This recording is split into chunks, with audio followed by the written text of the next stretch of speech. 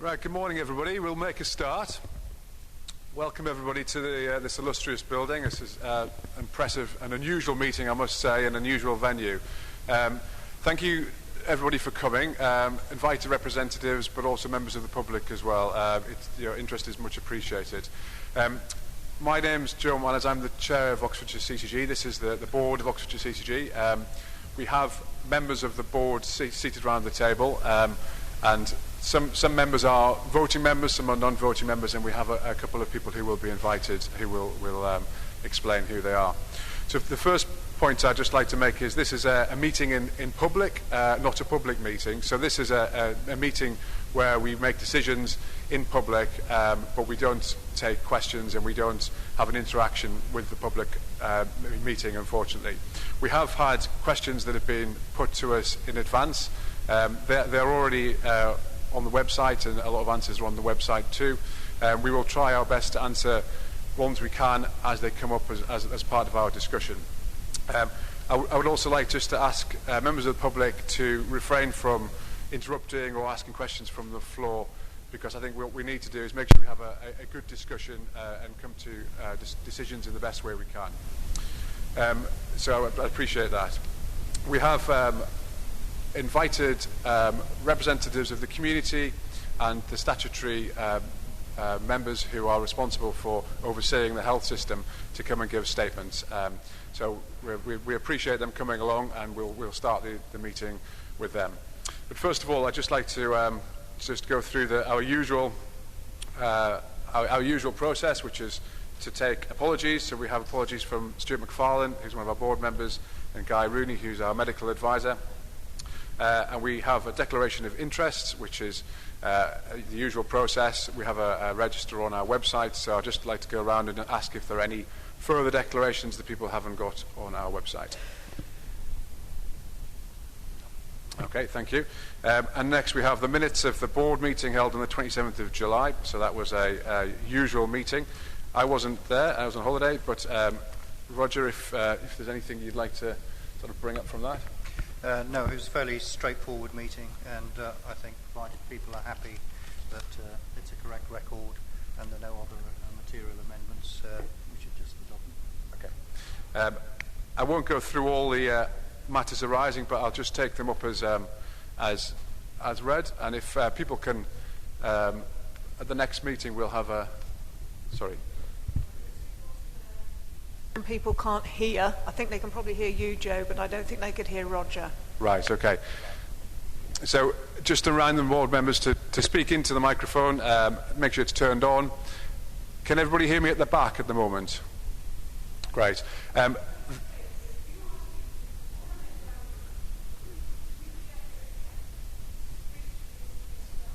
Sure. Yeah, I do speak fast from this, what we like in the Northeast.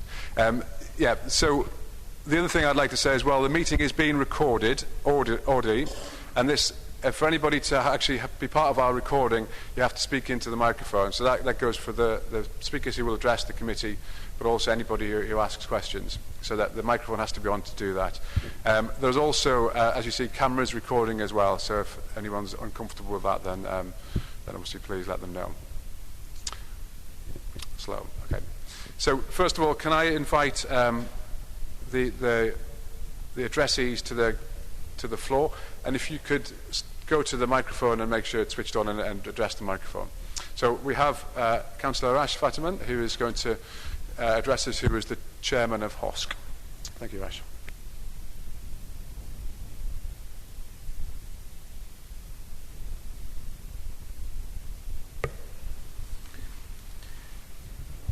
Good morning, and thank you for allowing me to address you today. I have been a councillor now for almost 9 years. During that time, I have served as Cabinet Member for Adult Services and Cabinet Member for Finance on Oxfordshire County Council, where I have been democratically accountable for overseeing a huge transformation in the way adult social care is delivered and a fundamental overhaul in local authority finances. In my working life as a strategy consultant, I have helped companies launch new products, enter new markets, grow revenues, and have been involved in advising on commercial due diligence projects for mergers and acquisitions that run into the hundreds of millions of pounds. I provide this context because I am not exaggerating when I say that both in my career and my time as a councillor, this is the most important decision I have encountered. I address you today as Chairman of the Oxfordshire Joint Health Overview and Scrutiny Committee, with representatives of 6 councils covering the 700,000 population of Oxfordshire. Just as an aside, a number of those councils, along with councils from neighbouring areas, are still engaged in a judicial review process which is still running. I would say that the committee as a whole feels that engagement with it on the Phase 1 proposals for the Oxfordshire Transformation Plan have not been ideal. We feel that this process has not been one which can command public confidence as outlined by the IRP, and I do hope that in the future we can develop working practices between us that develop and sustain an open, no surprises, productive and effective working relationship that is required to command public confidence. My thanks to the Chairman already for making improvements and allowing me to speak freely today and not limiting my time. On Monday, 7th of August, Oxfordshire's Joint Health Overview and Scrutiny Committee met with representatives from the CCG, OUH and Oxford Health to discuss the proposals for Phase 1 of the big Health and Care Transformation Plan being put forward for decision at the CCG Board meeting today. At that meeting, it was suggested that the committee's toolkit process should be followed after decisions are taken by the Board. But given this process is only followed where there is doubt about whether a change is substantial and before a decision is made, the committee does not see this as necessary. On Monday, the committee also heard from a number of speakers, including members of Parliament, who voiced their grave concerns about the impact of the Phase 1 proposals. Having listened to public concerns and questioned health representatives about the impact of the proposals, the committee unanimously, irrespective of council or political affiliation, with one voice on behalf of the 700,000 people we represent, resolved to make the following recommendations to the CCG Board. On critical care, the committee is supportive of the proposal to move to a single Level 3 critical care unit for Oxfordshire, subject to strict assurances from the CCG and OUHT that there will be no long-term detrimental effects on accident and emergency and anaesthetic services at the Halton General Hospital. On acute stroke services, the committee supports the CCG's drive to improve outcomes for stroke patients by conveying them directly to the hyper-acute stroke unit at the John Radcliffe. However, this is subject to clarification being given about the impact of recent changes to guidance on ambulance response times, namely the extension of response times from 8 minutes to 40 minutes for stroke victims, and assurances that stroke rehabilitation will continue to be carried out at relevant local sites around the county, such as the Halton General Hospital and Witney and Abingdon community hospitals. On changes to acute bed numbers, the committee supports the current closure of 110 beds, but cannot support further bed closures without a more comprehensive understanding of the impact this will have on the wider health and social care system, in particular on community-based services. On planned care services at the Halton General Hospital, whilst the committee agrees with the principle of developing planned care services at the Halton General Hospital, we are unable to give full support to the proposal without being provided with a more detailed and fully costed plan in which the local community has been fully engaged. The committee urges the CCG and OUHT to bring forward their detailed plans to increase footfall at the hospital and ensure its sustainability, but we are unclear why these proposals need to be considered as a matter of urgency under Phase 1 of the Transformation Plan. On maternity services, the committee strongly opposes the proposal to create a single specialist obstetric unit at the John Radcliffe and establish a permanent midwife-led service at the Halton General Hospital. If the CCG Board agrees this proposal on the 10th of August, today, the committee resolved to refer the decision to the Secretary of State on the grounds that it is not in the best interests of local residents and the health service because, 1, the arguments set out in the 2008 IRP judgment still apply. 2, the fundamental needs of mothers in North Oxfordshire and surrounding areas have not changed since 2008. 3, The population of North Oxfordshire has grown since 2008 and is set to grow substantially in the coming years, further justifying the need for a consultant-led maternity service in the north of the county. And 4, there are ongoing issues with travel and access from the Halton to the John Ratcliffe for expectant mothers. Whilst the committee accepts that there are difficulties recruiting and retaining suitably qualified staff to maintain an obstetric unit at the Halton, we do not consider this just cause for removing a service when the needs of local people have not fundamentally changed, particularly as 7 of the 9 consultant posts advertised by the Trust are now filled. Moreover, the committee is disappointed to hear that the CCG has not fully engaged with local partners who put forward alternative options for maintaining an obstetric service at the Halton. The committee is further disappointed by the lack of a clear picture for county-wide maternity services as a result of the 2-phase consultation. The impact of permanently removing the obstetric unit at the Halton on maternity services as a whole, including the Chipping Norton, Wallingford and Wantage midwifery-led units, was not clear in the Phase 1 consultation. The committee does not believe it has seen a robust enough case for meeting the needs of expectant mothers in the absence of consultant-led services in the north of the county. We have come so far in the recruitment of 7 out of 9 of the obstetricians for the Halton.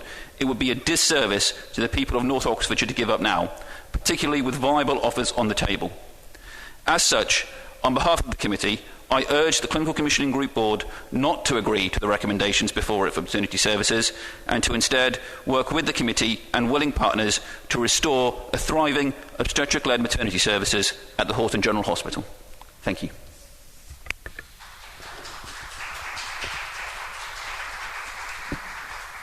Thank you, Rash. And can I welcome Robert Courts MP to the table?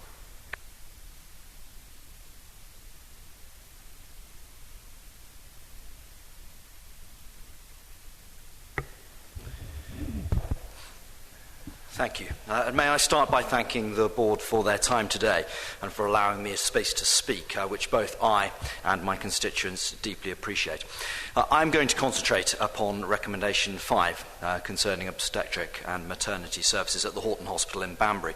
This has ramifications way beyond that town, but into the rural areas in the north of my constituency, particularly those surrounding Chipping Norton.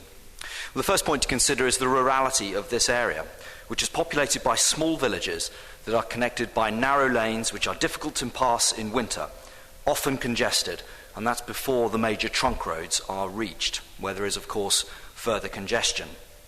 Practically, as well as instinctively, people in this area tend to look towards Banbury for their care rather than Oxford. The ramifications for this are that it is essential that for medical conditions where time is of the essence, such as pregnancy, fully qualified medical care must be close at hand, whether reached by private car or ambulance. I am concerned at the safety implications of the proposed changes. The methodology behind the ambulance transfer times does not inspire confidence. Any resident of the Chipping Norton area knows that the figures given in the consultation are overly optimistic, and that is without considering that there will not be an on-call ambulance based at the Halton. The flaw is that the plans appear to be based upon the contention that nothing will go wrong, that a woman is aware that she can change her mind about where to give birth during pregnancy.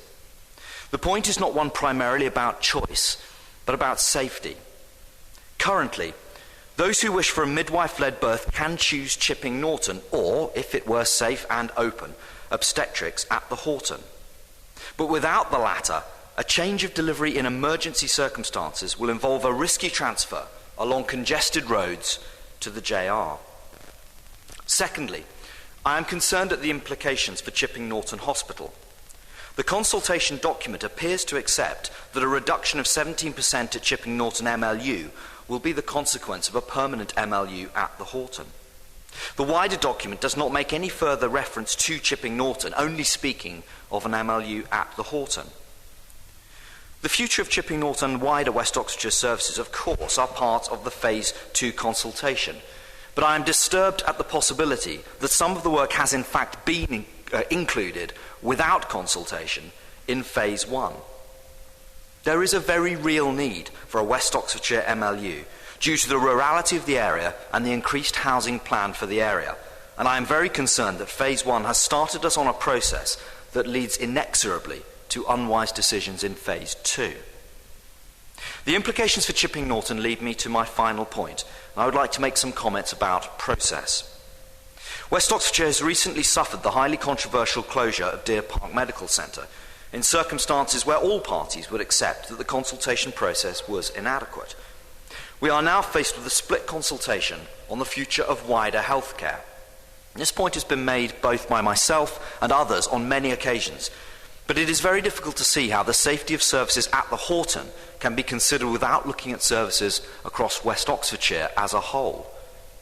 This is a method of consultation that has been opposed by the MPs affected and by the public.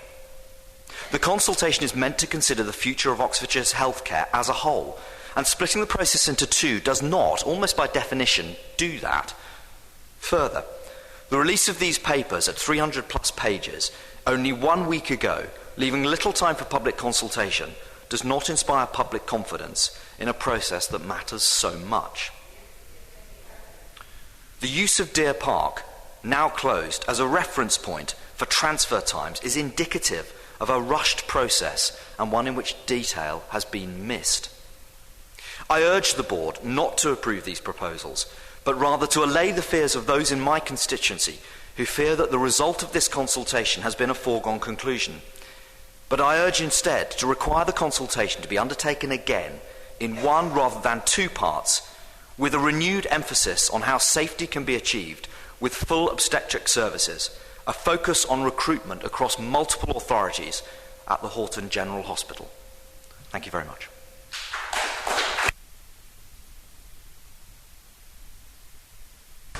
Thank you. And we have Victoria Lamping.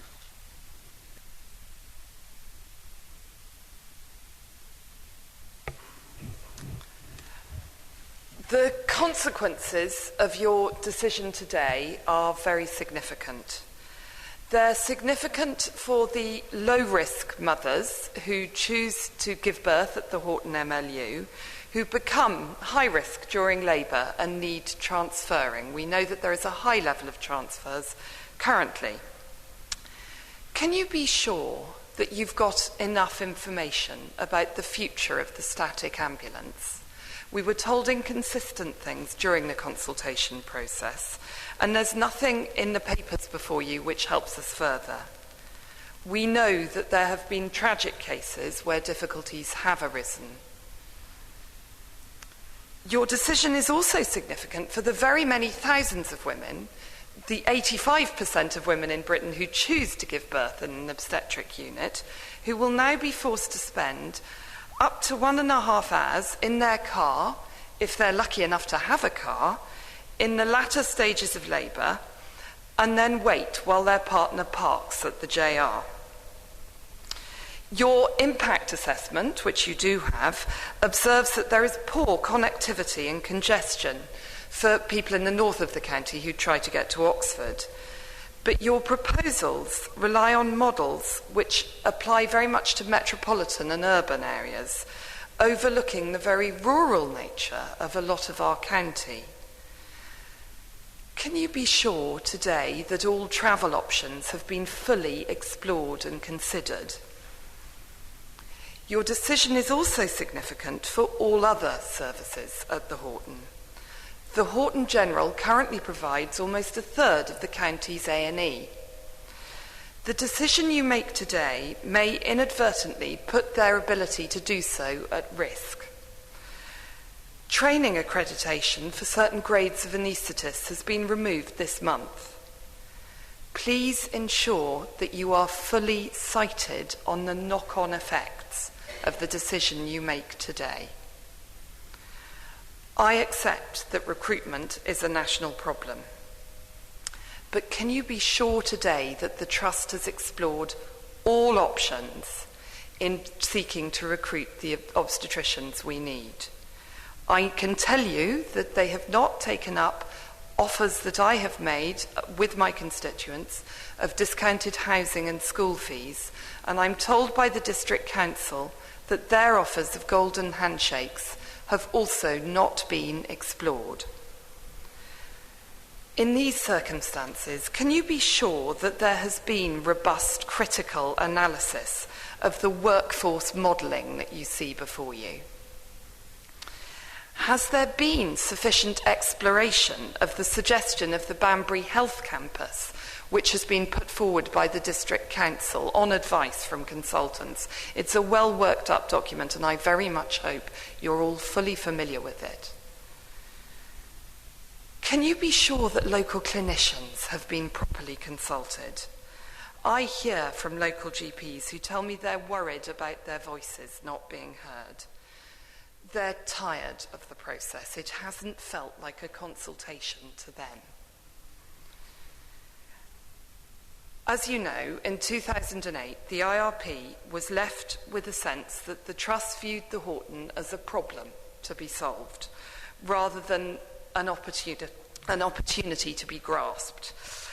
And the IRP encouraged the Trust to recognise the Halton's positive future as an integral part of its future vision. Do you think that's happened? The Trust have told me that they've been ready with their options for Phase 2 for over a year now. The CCG's told me that you're only likely to be starting consultation on Phase 2 next summer. A new Chief Executive and Clinical Lead also need to be appointed. We have 3 referrals to the Secretary of State from various HOSCs on the table, and a judicial review brought by 5 councils, which is very much still live. In these circumstances, I would ask you to make the decision on stroke care, Proposal 2 today, but not to make the other decisions, particularly those on Proposals 1 and 5, bed closures and maternity, until the full picture is assessed and we have all of the answers we need. Thank you.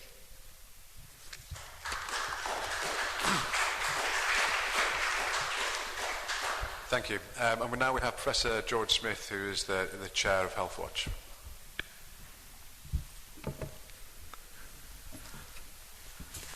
Thank you, Mr. Chairman. As you say, I'm George Smith. I chair Health Watch Oxfordshire. This is an independent body which is commissioned by the government to represent the views of the public on matters of health and social care provision in the county. We fully recognise the need for innovation and progress and change within the healthcare system in Oxfordshire. We also recognise the requirement to make the most efficient use of available funds. And we are very sympathetic to the difficult position that the CCG finds itself in. It's really between a rock and a hard place in this whole environment.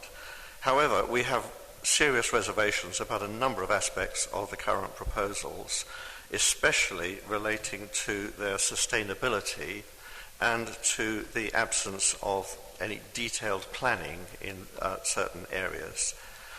It's supposed to be a sustainability and transformation plan, and we don't feel that in some respects it's sustainable, and in many respects it's not even a plan. We note that the sustainability word is missing now from the documentation, which is interesting. Concerns in several areas. Let's run through these. First of all, capacity in the system.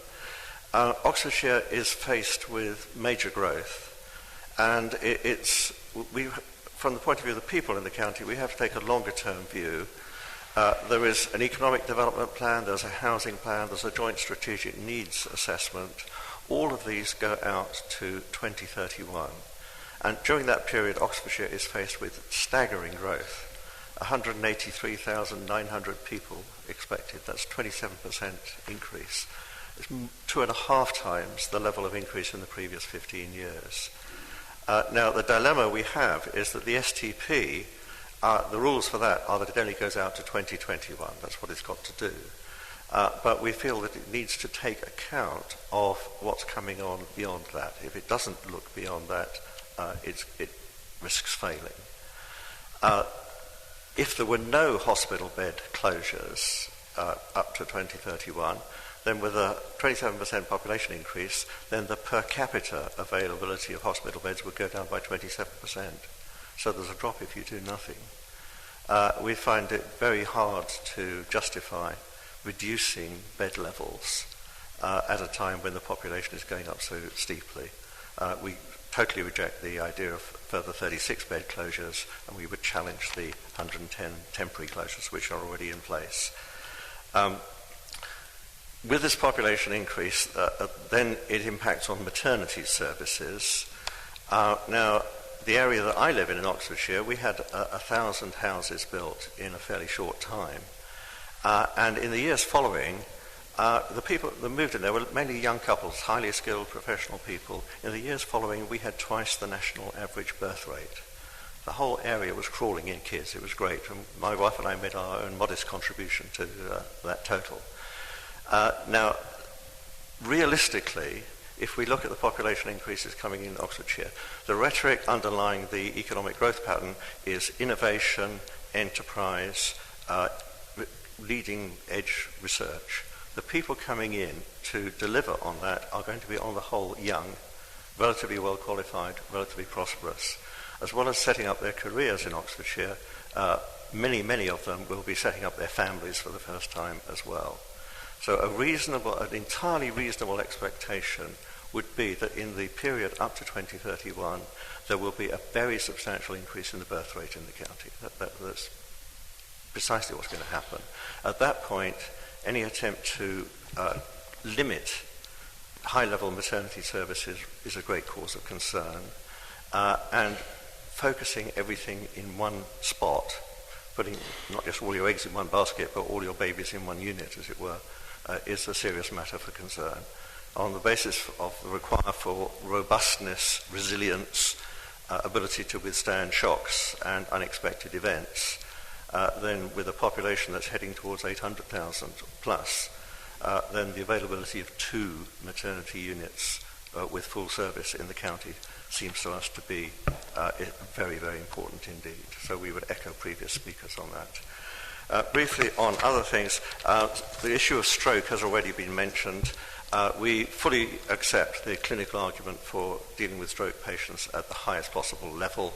The concern is that the rug has been pulled under your feet, out from under your feet on this, with the national announcement that the target time for delivery of ambulances to stroke patients has gone out to 40 minutes. And we think that we're going to have to give further consideration to the impact of that on stroke services in, as has already been said, Oxfordshire being a largely rural area. If travel times are 40 minutes plus, add that on to the 40-minute arrival times, and you don't get patients to the stroke unit, in many cases within the golden hour. Travel and parking has been discussed ad nauseam. You quite rightly commissioned 2 travel surveys following the previous concerns. The thing that worries us there is that you've got the results. They emphasised what we all knew, that there were major problems in the Headington area, and there's the risk of problems in Banbury. We have the problems identified as a result of those surveys. What we don't have is a coherent plan from the authorities as to how going to deal with these problems. We clearly need alternative or additional transport facilities, and at the moment I cannot see from the 366 pages of documentation what on earth you're planning to do about that. And in the absence of that, it's very difficult to support the plan. Resilience is the other issue. The definition of resilience is the ability to take a hit without falling over. And systems, I'm an engineer by training, and I look for systems that can withstand pressure and unexpected events like the closure of the trauma unit. And it worries me that this plan reduces the overall resilience in the system. When you have a limited number of centres, very high bed occupancy, nothing left in reserve, then how do you deal with a major outbreak of a hospital infection, a major building failure? You're operating at very high bed occupancy rates. There's very little safety margin in the system. That worries us. And last of all, I would echo the previous speakers, we are very dismayed at the split consultation. Dividing it into 2 parts. Health and social care have to be viewed as an integrated whole. The system is highly interconnected from the home care support through to GP services, community hospitals and acute hospitals. At the moment, anything you do in any part of the system is going to impact on the whole system. We cannot see what the long-term impacts of phase 1 changes are because we don't have the full picture. And this has fatally undermined public confidence in the whole system. I would add that if it was going to be divided into 2 stages, I think you've got the 2 stages the wrong way round. As an engineer, I build systems from the ground up rather than from the top down. And it would have been far better to put in place the structures and the plans for everything from domiciliary care through to GP services through to community hospitals. And by doing that, that would have taken the pressure off the acute hospitals. You solve the problem by starting at the other end, not with a top-down solution. So I don't think the thing has been put together in a sensible way at all. Here in the examination schools, this is a building I'm very familiar with. I've sat on both sides of the table here many times over the years. When examining a 366-page thesis, the examiners would have 3 choices in front of them. They could either say it was a pass, they could say it was a fail, or in between, they can say it's a reference back. And a reference back implies that there are good things in there, but in fact it's not possible to accept the whole. There are structural things wrong, there are defects in the argument, there are illogicalities, there are gaps. It must go back to be looked at further. So my final recommendation, Mr. Chairman, is that this should be referred back for further consultation. We are not in the stage yet where we can go ahead with this plan as a package without seeing the full implications, without broader public engagement, and without a fuller plan for the future of health and social care in the county. Thank you.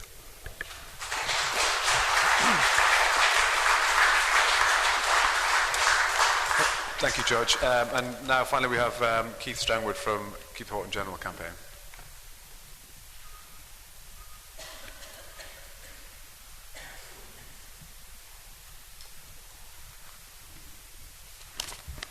Thank you, Chairman. I must say the acoustics in this room are terrible. I really struggled to hear what some of the people were saying. I'm basically coming from this to the same angle as the previous speakers with perhaps a little bit of difference, which is why are we all here today? Basically, I believe that one of the reasons we're here today is because the Sustainability and Transformation Programme, the £22 billion of cuts up until 2020. So hospital trusts have told their CCGs how much money they're possibly going to need, and their CCGs have told NHS England, and NHS England has told the government, and the government said no. You've got to go back. This is what you can have. So subsequently, that has then come back down, and the buck has been left with the OUHT to come back to you and deliver a plan that's affordable. This plan, it has no vision. It's basically a short-term plan. We need to plan for 30 years, not 5 years. Most of us around this table will probably be gone in 30 years, but we owe it to people to make sure there is an adequate, proper service. We need to be strong and united, and all of us should say no. The Trust should say no to the CCG, and the CCG should say no to NHS England, and NHS England should say no to the government. It's the only way we'll get this sorted.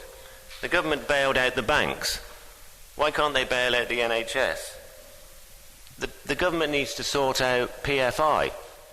PFI currently stands at 3 times the country's deficit for around 100 hospitals. And that's something that members of Parliament, we've got a couple of them sat here today, need to address. That would reboot the NHS if PFI could be sorted. I'd also like to say the proposals today which Arash, the chairman of HOS, put forward, I don't totally agree with them on those. On stroke, I do totally agree you need to be in the best place. If you've got a bleed, if you've got a clot, if you give the wrong treatment, you're a goner, so you should be at the John Radcliffe. I've got no problem with that. The loss of beds and the care at home scheme, I don't agree with. It's not tried, it's not tested, it's not proven. By removing the beds, you've got no plan B.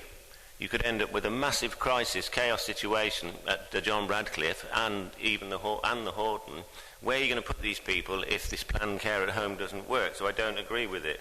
Section 2.2 of your report today, it says that this whole thing has been clinically led. Well, I get a different feedback from the GPs in the north, and perhaps Dr. Park can explain why the GPs in the north seem to feel differently than their representative on this group. The loss of obstetrics is a huge no. The effect on surrounding services, with level 3 gone as well, anaesthetics will be on the way out, and it's not looking good for A&E. Planned care at the Halton, yes, but not an apples and pears decision. We'd rather keep, I would say, what we have. Perhaps work with new partners, because there's always an alternative. There will always be a way forward. So many have said that joining with the ORH in 1998 was a mistake. Please don't prove them wrong today. We've constantly been told it's not about saving money. But the word at the moment, and constantly repeated in your report, is affordable. I would like it so much if someone could come clean and just tell us this is about money, and then we do know exactly what battle we're fighting. At HOSC on Monday, Barry Wood said he would be prepared to talk about investing and helping financially to retain much needed service at the Halton. David Smith replied and said it could be talked about. So that's something, if that could possibly happen, this could change the situation around obstetrics and perhaps other services. Perhaps this is the way forward where councils can be more involved. Perhaps they'd have the guts to ask the people to pay some money, whereas the government won't. The consultation is flawed. The figures used on growth are pretty much out of date. I'm constantly being asked, what about all the houses? What about all the houses? There's mention of newborns and the possibility of 700 over the next 7 years. Well, that's 100 a year, and it sounds total rubbish to me, unless everybody who moves into Oxfordshire must have a vasectomy, of course. The consultation, the two-part decision taken from advice from HOSC, it's totally untrue. Councillor Fatterman, I thought he might have mentioned it today, he probably didn't get it in, but he did say at Monday's HOSC that there is no way that HOSC asked for a two-part consultation for beds and maternity. It was for beds, and that decision was made in September the 30th, 2016 at HOSC, that the beds needed to be consulted on by January. Subsequently, the maternity part was tagged on, which is something that will probably pop up in our judicial review. If these proposals go ahead, are adequate escalation proposals in place in accordance with NHS England's guidelines? NHS guidelines clearly state minor injuries GP-led units are designed to be incorporated into fully functional A&Es, yet in our early option documents going back to May the 12th, I suspect in part 2 of the consultation we will see the suggestion of a minor injuries GP-led unit. Loss of level 3 affects any serious admissions, only 30 to 40 a year, but how would you choose today if one of those 40 was your wife or your son or your brother or your sister? You must take this into consideration. It may only be 40, but it could be 40 lives. There needs to be more planning and thought on this. The business plan's flawed. The multi-storey car parks ideas on the JR site that have been referred to. Oxford City Council has already turned this down, at least once or maybe twice that I know of. What would be the interim parking? I've spoken to contractors and they're telling me 1 to 2 years to do such a programme. Where's this in your business plan, as this multi-storey car park will be built on the original site? Also in your plan, there's talk of just over 20 million needed. There's going to be 6 million saved by equipment transfer, and hope to find another 14 million from where? This is just speculation and assumption. Assumption is the mother of all mistakes, as most of us know, and the Halton could end up a housing and another casualty of the Naylor report. Today's decision cannot be made with such weak business plan to back it up. We need facts in front of us, not promises. We need to abandon this ridiculous two-stage consultation and start again from the beginning and do it correctly, and you will receive the respect of many, including me. Let's hope this extra money, if this plan does go ahead, isn't PFI. As I said earlier, what's that at the moment? 300 billion. You must remember that the Halton Hospital has been the overflow for the JR for many years. We are a friend to the JR, let's keep it that way. We are not just a burden to the OCCG's budget. Since the loss of consultant-led maternity and obstetrics, there has been many incidents. I regularly see a baby who was affected with life-changing injuries, was waiting 9.5 hours after being born to be transferred to the John Radcliffe Hospital because there was no room at the inn. This was back in October, so I dread to think what the situation is now.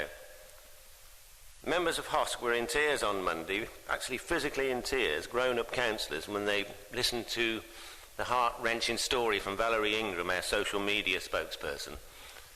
And this cannot allow to go on. You have a choice today, and the choice I'd ask you to make is to choose life. And if you've got any questions, I'll be more than willing to answer them. Thank you.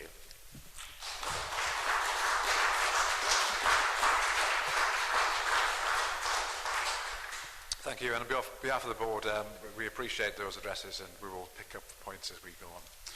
So the next item is the decision-making business case, which is obviously the substantive item. We have a paper. We're going to go through it. The proposal is that we go through each recommendation separately after we've first of all introduced and gone through the background. So I'll hand over to David Smith, Chief Executive, to take us through that. Okay, thank you, Chairman. So in this introductory statement, I want to cover 5 key issues: the role and responsibilities of the Clinical Commissioning Group that are relevant to this consultation and the decisions before us today. Secondly, a reminder of the processes we've undertaken as a board. Thirdly, an update on the position regarding the application for judicial review. Fourthly, an update on the referrals to the Secretary of State for Health. And finally, a summary of the recommendations that we are considering. So firstly, on the role of the Clinical Commissioning Group. So the Clinical Commissioning Group and the board, so the board that sits around the table, is the statutory body responsible for meeting the health needs of the whole of the Oxfordshire population within the resources allocated to us by government. It is our responsibility to consult on major changes to services and to take decisions following consultation. The proposals we have consulted on have been developed through the Oxfordshire Transformation Board, which has representatives from all organisations in Oxfordshire and patient representatives, and the proposals have been developed from clinicians from across the system. All members of the board attended the consultation meetings that we held between the 16th of January and the 9th of April, and I'm sure that none of us have any doubt about the strength of local feeling, particularly in the north of the county, and the opposition to some of the proposals and the recommendations before the board. So we have to take account of the views of the public in our deliberations today. However, it is the job of the board to consider the views of the public alongside the clinical advice we have received and the evidence for the proposed changes. It is our job as a board to take the difficult decisions which are set out in the papers we are considering today. So should the board accept the recommendations set out in these papers, I would recommend that we establish a process for assuring that there are robust implementation plans for each of the changes, and that oversight of implementation of these plans is then maintained by the board. So secondly, a reminder of to the board of the processes we have undertaken. Following agreement by the board of the assurance process and then the assurance process that was carried out by NHS England, the public consultation took place between January, as I've said, between the 16th of January and the 9th of April. It focused on improving the quality of services, responding to a number of clinical safety concerns, and making permanent a number of temporary service changes that were made in 2016.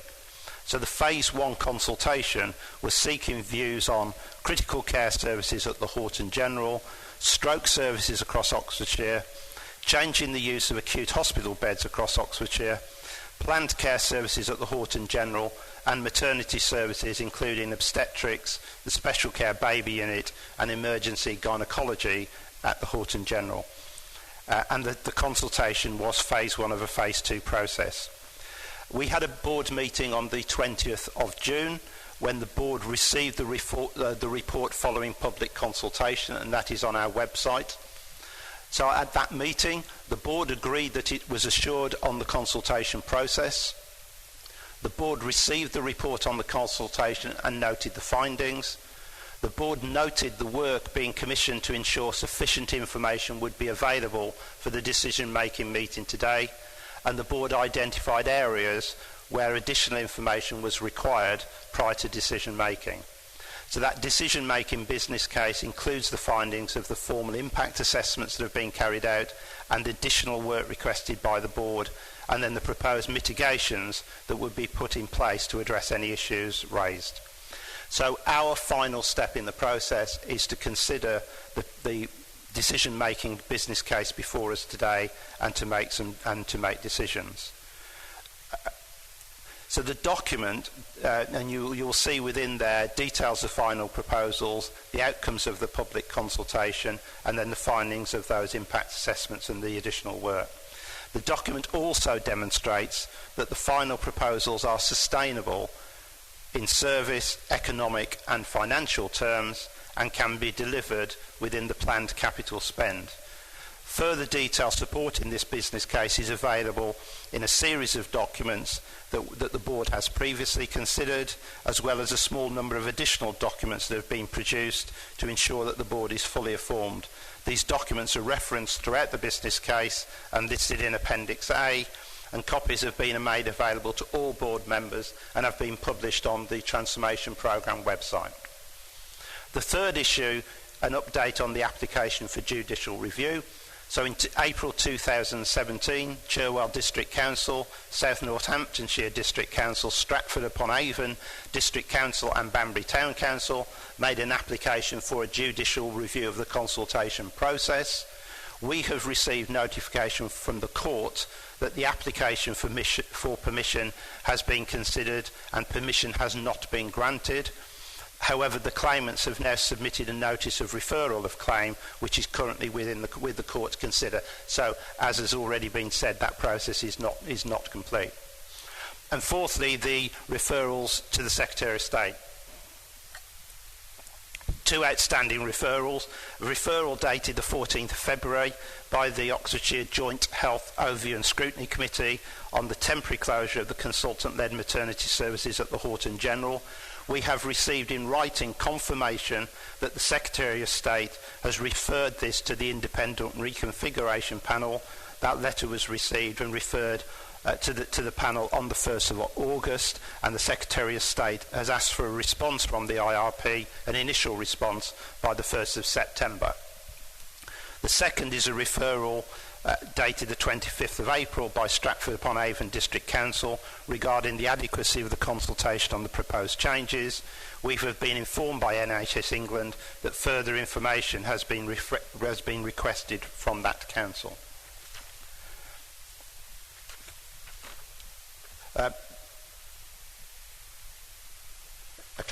So let me finally move on to the recommendations before the board. These are set out in the papers, but I think it is important to summarise exactly what those recommendations are. So the board is being asked to consider 5 individual recommendations as a result of the Phase 1 consultation. The board should recognise that these recommendations are to address the need to provide high quality, safe and sustainable services. The recommendations are shown on pages 5 and 6 and then in more detail on pages 22 to 75. First recommendation relates to critical care. The recommendation is to move to a single level 3 critical care unit for patients within Oxfordshire and its neighbouring areas located at the Oxford University Hospital sites in Oxford. The CCU at the Halton General would become a level 2 centre working in conjunction with the major centre within Oxford.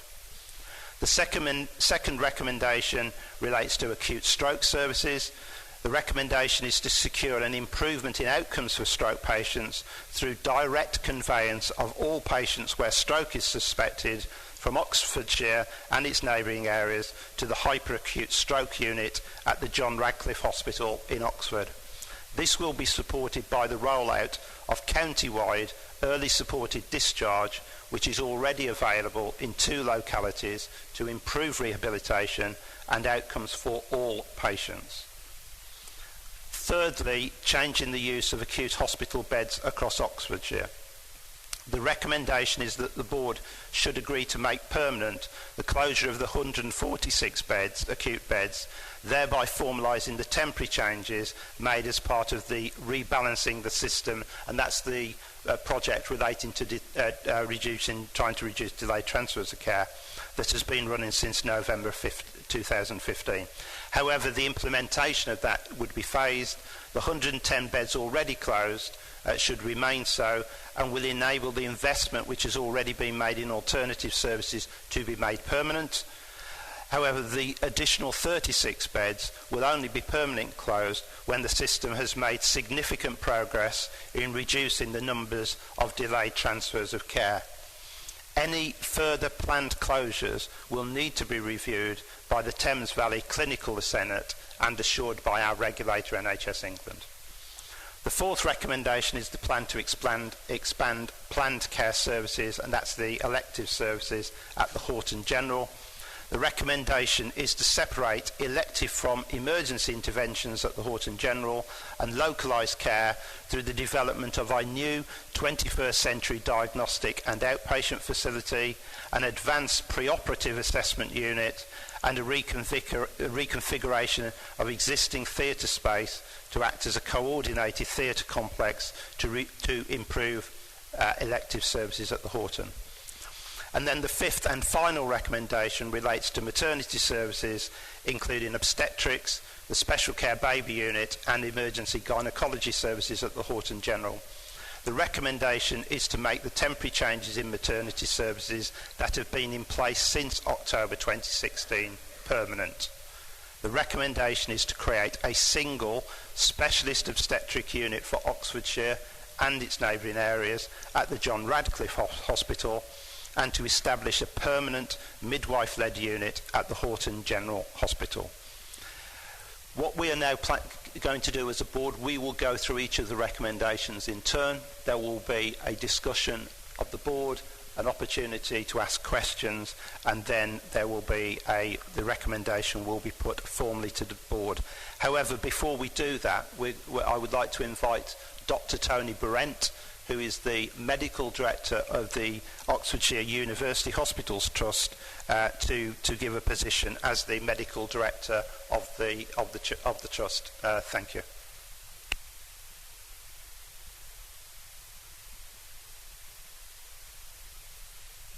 Thank you for the opportunity to address the board and for the help with the microphone.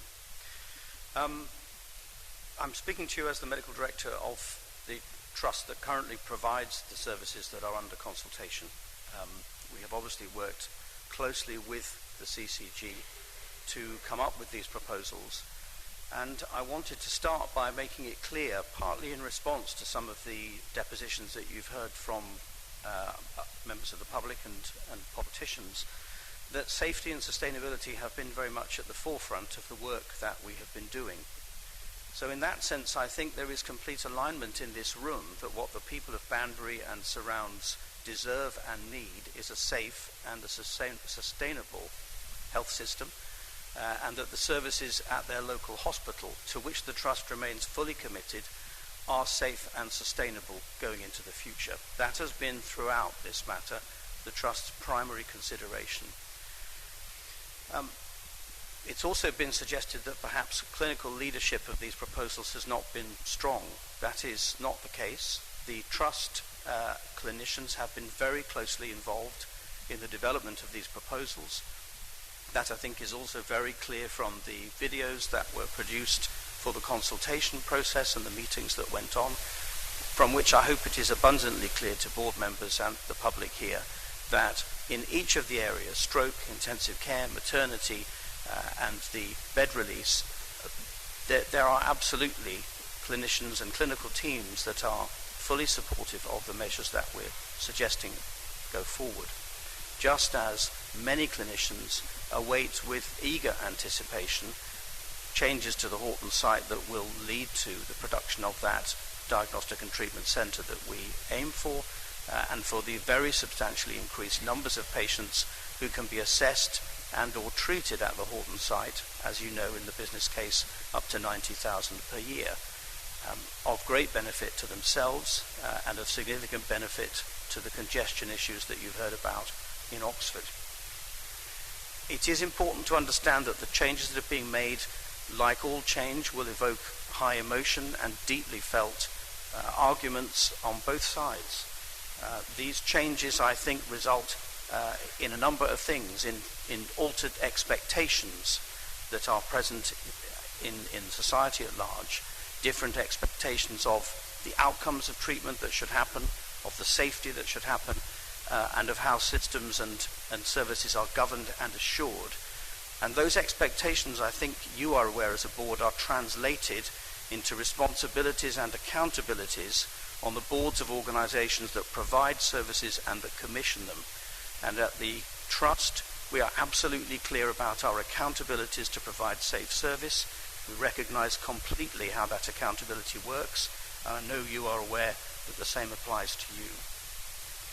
We are also responding to changes in workforce, to some extent changes in the expectation of workforce, what training doctors expect to get out of a placement in a hospital, the kind of experience they expect to get, what staff working in different units expect, the skill sets that they bring, how we deal with the increased specialization within medicine that at the one hand offers the opportunity of ever better outcomes and ever better precision in the ways in which we can treat patients, but at the same time brings with it the need for ever greater numbers of staff to be able to deliver those precise and expert outcomes to a population that is itself changing, that is aging, not just at the upper end where we're dealing with larger numbers of older people who we need not to trap in hospitals when we could care for them better outside of them, but also at the younger reproductive end where the age at which people begin families is changing, and where we see already that the average age of women having their first baby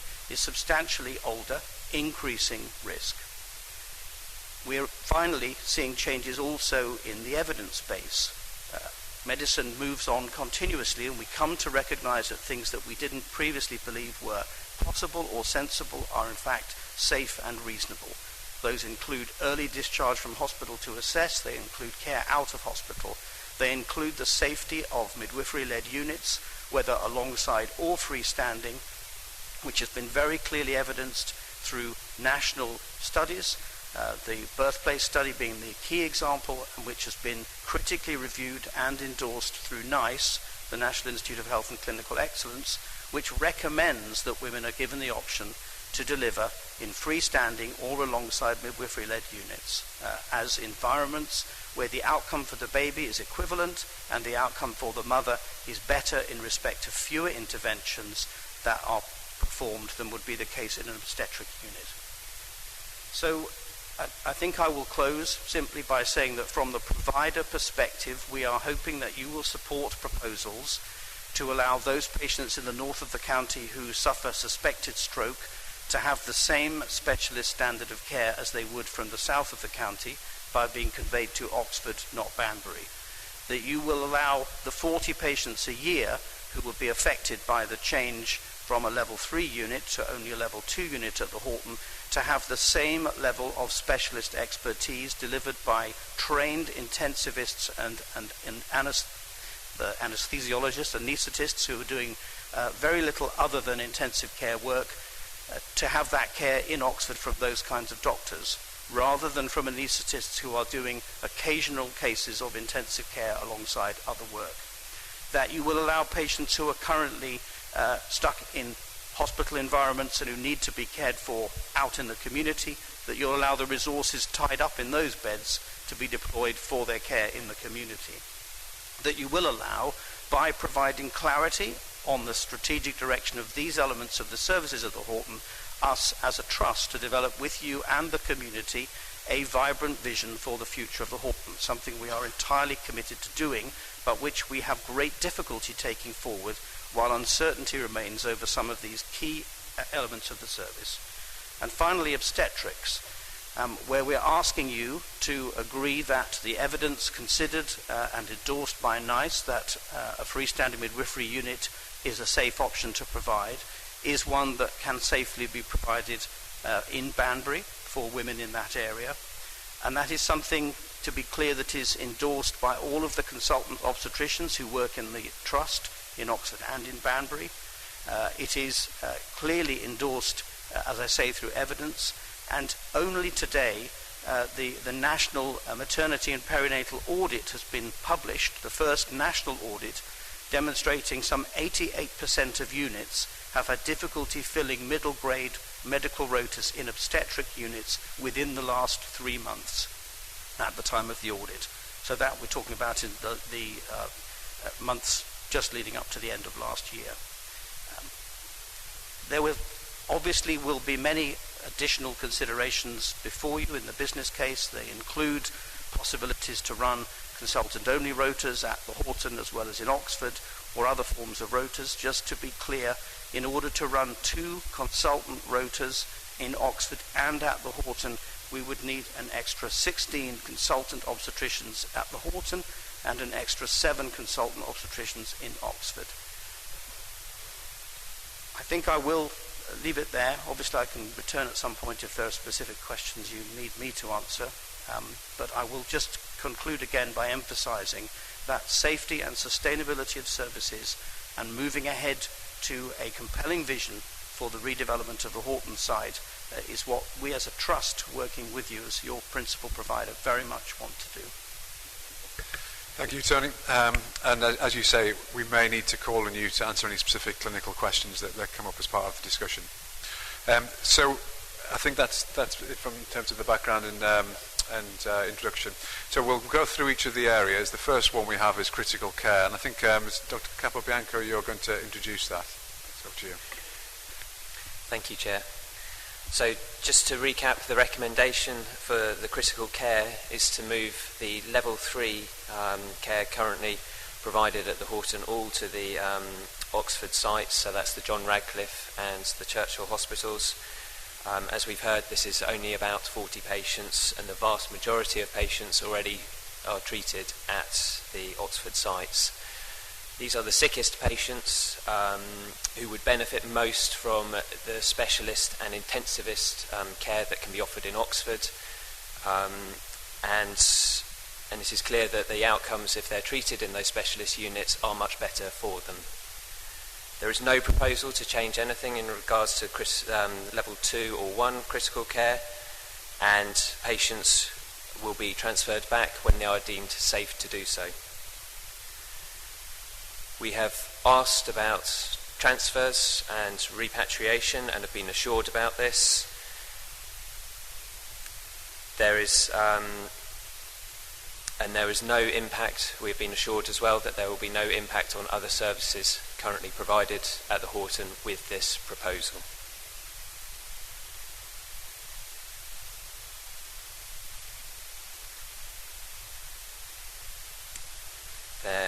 Sorry, I'm just catching myself up. We have been assured by the ambulance service that they agree with this. So SCAS have said that they will work on this to transfer the patients both to the John Radcliffe sites and the Churchill, but also back towards the Halton when they are deemed safe to do so. And I think it is in these patients' best interest that their care is provided in the most appropriate unit. Thank you, Ed. So, anybody want to add anything to that, or should we open this up for discussion? Okay, so questions and comments, please, from the board. We might want to explore a bit more about the questions that have been raised about the sustainability of other services, particularly the impact on anaesthetics and A&E, I think, but from what we've already had. But I think other points, please.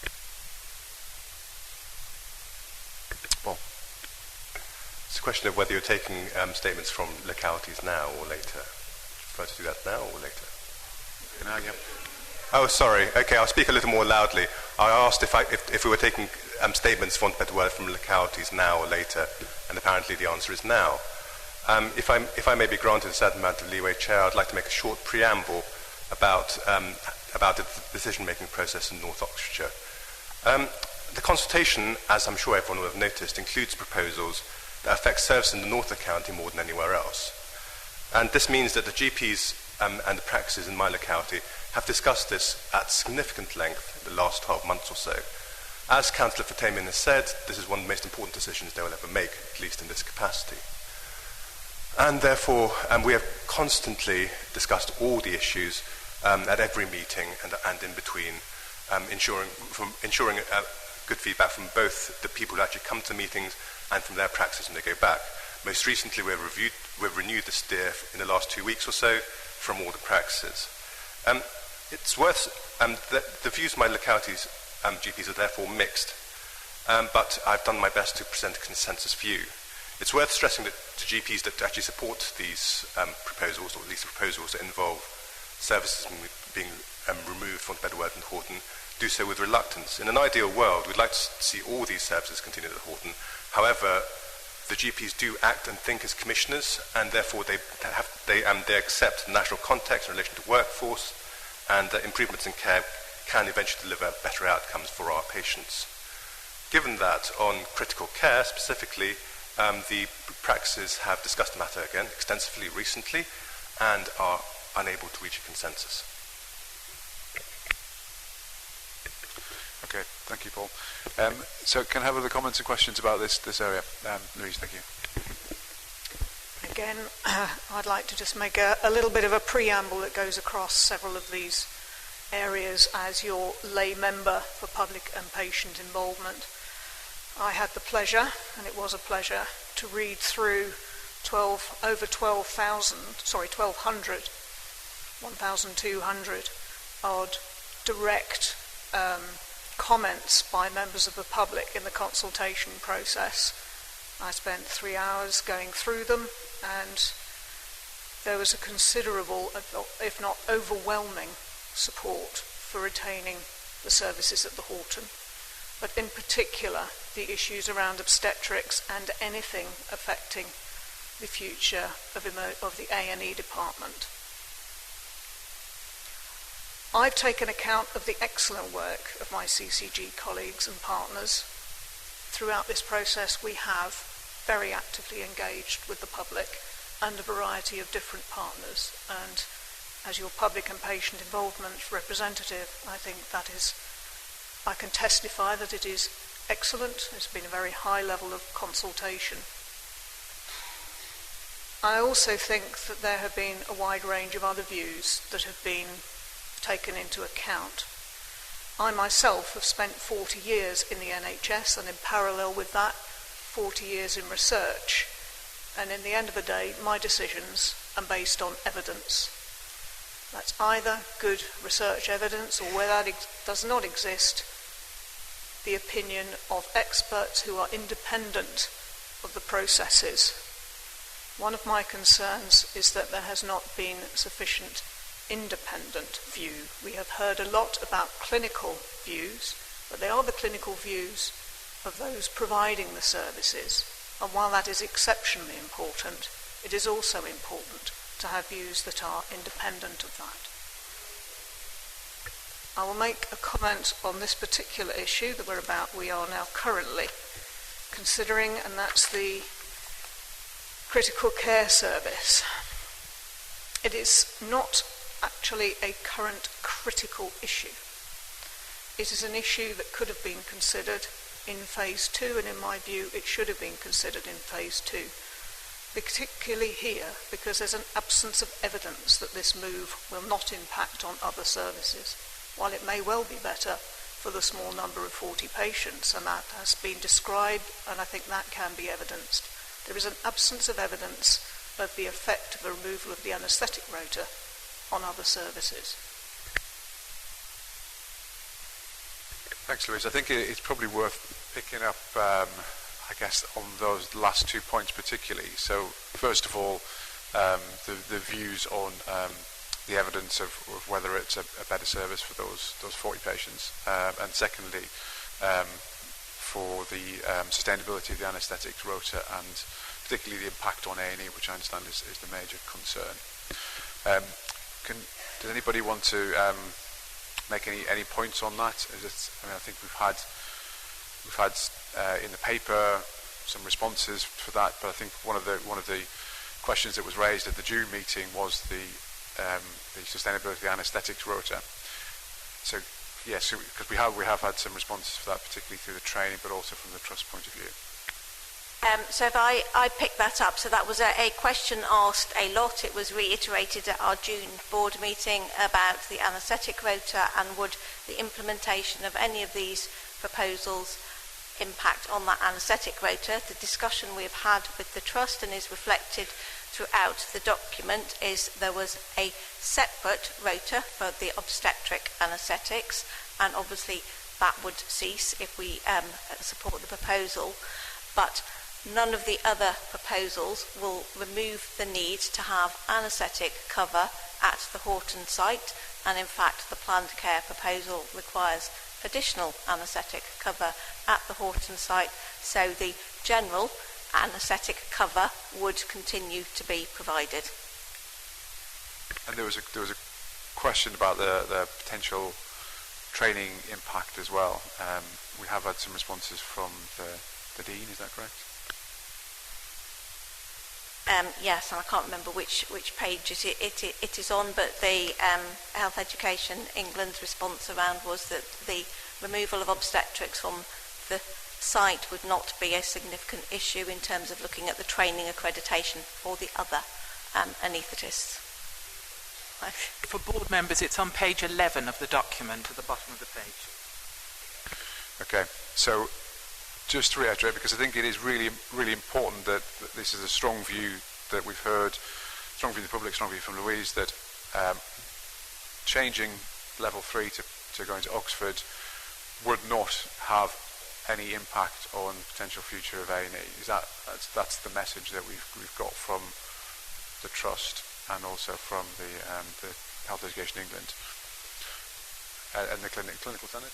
So can I just, so the other, again, I think board members know this, but all of these proposals have been through the clinical senate, so they have been through the clinical senate, which is made up of clinicians from across the system and elsewhere. So these proposals, particularly this one, will come. Same issue applies to the others. These proposals have been through the clinical senate and have also been through the NHS England assurance process.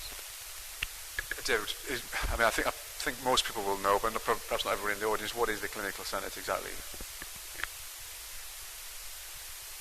Sula, do you? I'll have a go, but I think, Joe, you sit on it as a member. So it's established by NHS England. It's a range of clinicians who look at the evidence and any changes that are proposed to ensure that they are in the best interest of the population. I think that's a fair summary of it. So they look at, and not just these, they look at a number of changes that have happened across the Thames Valley area, so they're a wider group of clinicians than Oxfordshire. Yes, the Clinical Senate convened an independent panel of clinicians outside the area to look specifically at the proposals. Just clarify that. So yes, I want to return to those questions, but David, can you come in? Yeah, I just wanted to make a general point. This is a theme across a number of these changes, including obstetrics and this one. And I suppose everyone needs to be aware that, and Tony did talk about it, is that the clinical colleges have looked a lot of the evidence around this, and with everyone now is stratifying cases to try and decide how we should best deliver services across a whole range of things, from what you might call low risk, medium risk and high risk. And according to that, the evidence that's coming out in a lot of services, with the most complex high risk patients, they need to be dealt with by the best clinicians where there's enough throughput to gain experience when you're talking about training the next generation of clinicians. And that means, unfortunately, in terms of the public's perspective, some concentration of services geographically to do that. Now, this is happening. The colleges are determining this is happening. The evidence indicates better outcomes. We're aiming for better quality and better outcomes. So this is a sort of disjunction that we're facing between the changes that we think we need to bring in to lead to better quality of care, better outcomes from patients against our local feelings of we would like it as conveniently as possible near to our home. And remember, these are done by clinicians. They're not out there to undermine the public. We are actually patients ourselves in this system. And so, I've had frail parents, I've had a wife who's been high-risk pregnancy.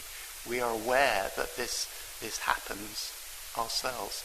But we have to work out how we are going to deliver the system which does give quality and good outcomes to patients in the best way that we can with the money that we've got.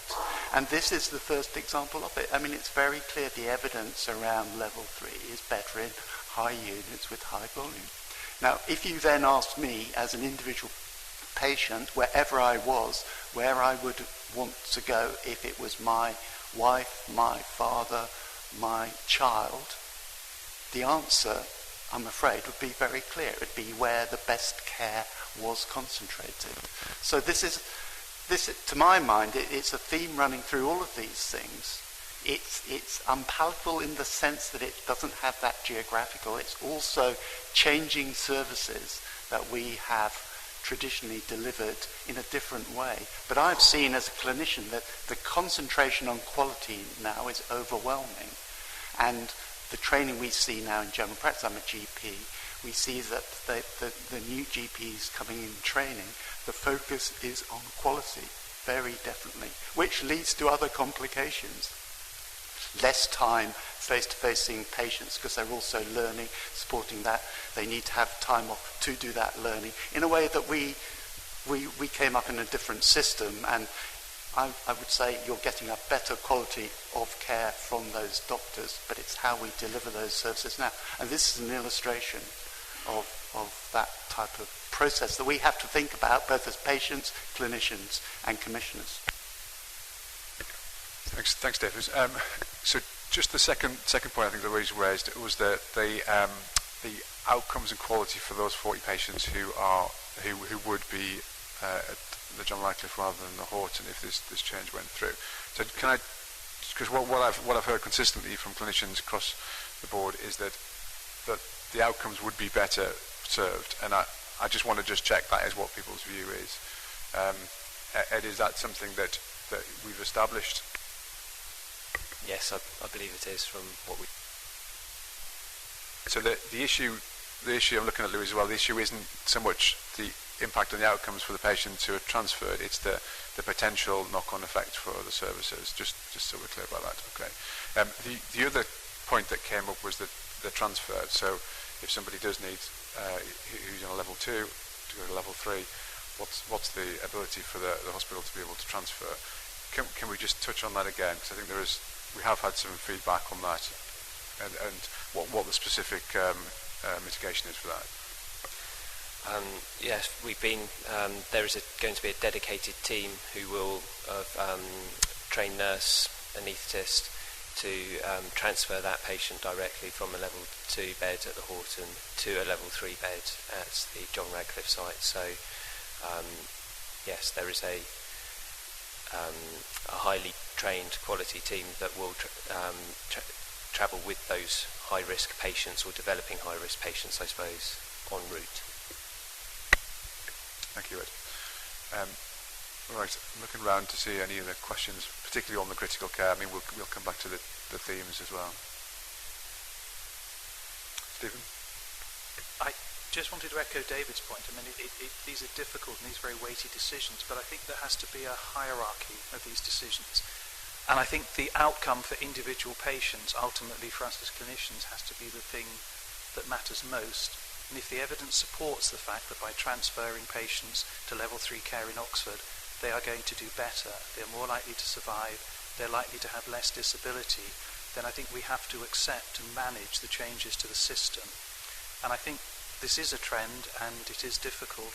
We see this with trauma units, particularly with transport times, where I think we accept now that in the north part of the county, if you are seriously ill, as gravely ill as you could be in any obstetric emergency, you would be transferred to the John Radcliffe, even though the transit time is higher. because the evidence is that you will do better. You are more likely to survive, you are less likely to have life-changing injuries and consequences from that.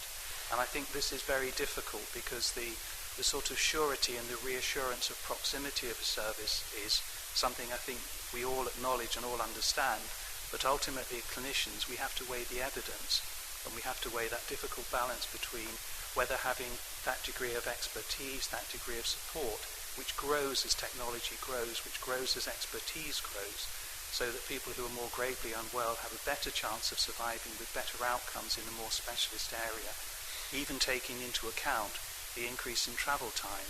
And I think that's why these decisions are so difficult. And I think we have to accept that we've accepted some of these things for things like trauma, and I think we do also have to be guided and also have to look at these things in relation to things like obstetrics. And I think it's also very powerful for level 3. If it was somebody in my family, I would not want them to stay at a hospital where the outcomes potentially were not as good, even if that helped to maintain services, which in truth we don't believe that it will. I think the outcomes, the clinical outcomes of individual patients have to be at the top of the hierarchy for safety. Thank you, Stephen. Any other comments, questions? Okay, so I think we'll move to the end of this recommendation. So just to remind you, we've got the recommendations on the covering paper. So this is action required number 1 on page 2, and it's the recommendation for critical care. So yeah, what we'll do is we'll take a vote, and can I just first of all see who the voting members are, because it's slightly confusing, we're not all voting members. So can you raise your hand if you're a voting member?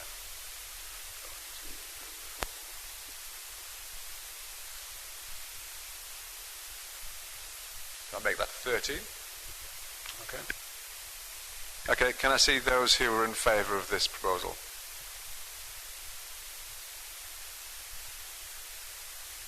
Okay, how many is that? Catherine, can you do the counting for me?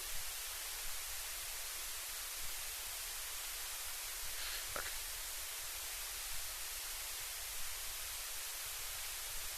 So, can we move on to the second, which is the stroke services? So I think we've got Jonathan Crawshaw to introduce. Thanks, Jonathan. Thanks, Chairman. So I'm a GP and I'm the clinical lead at the CCG for stroke services. This proposal concerns the care of patients in the hours and days after a stroke. The current situation is that a proportion, around 10% of patients who have a stroke in Oxfordshire are cared for at the Halton in those first hours and days after the event. Patients who are felt to benefit from one particular intervention following a stroke, thrombolysis, are already transferred to the hyperacute stroke unit at the John Radcliffe, where more specialist radiology and surgical services are available, and higher intensity medical and nursing care is available. This proposal arises because of very good clinical evidence that we now have that all patients with acute stroke benefit from these higher intensity and more specialised services that can be delivered on a hyperacute stroke unit. So the proposal is that all patients in Oxfordshire will be taken directly to a hyperacute stroke unit if a stroke is suspected.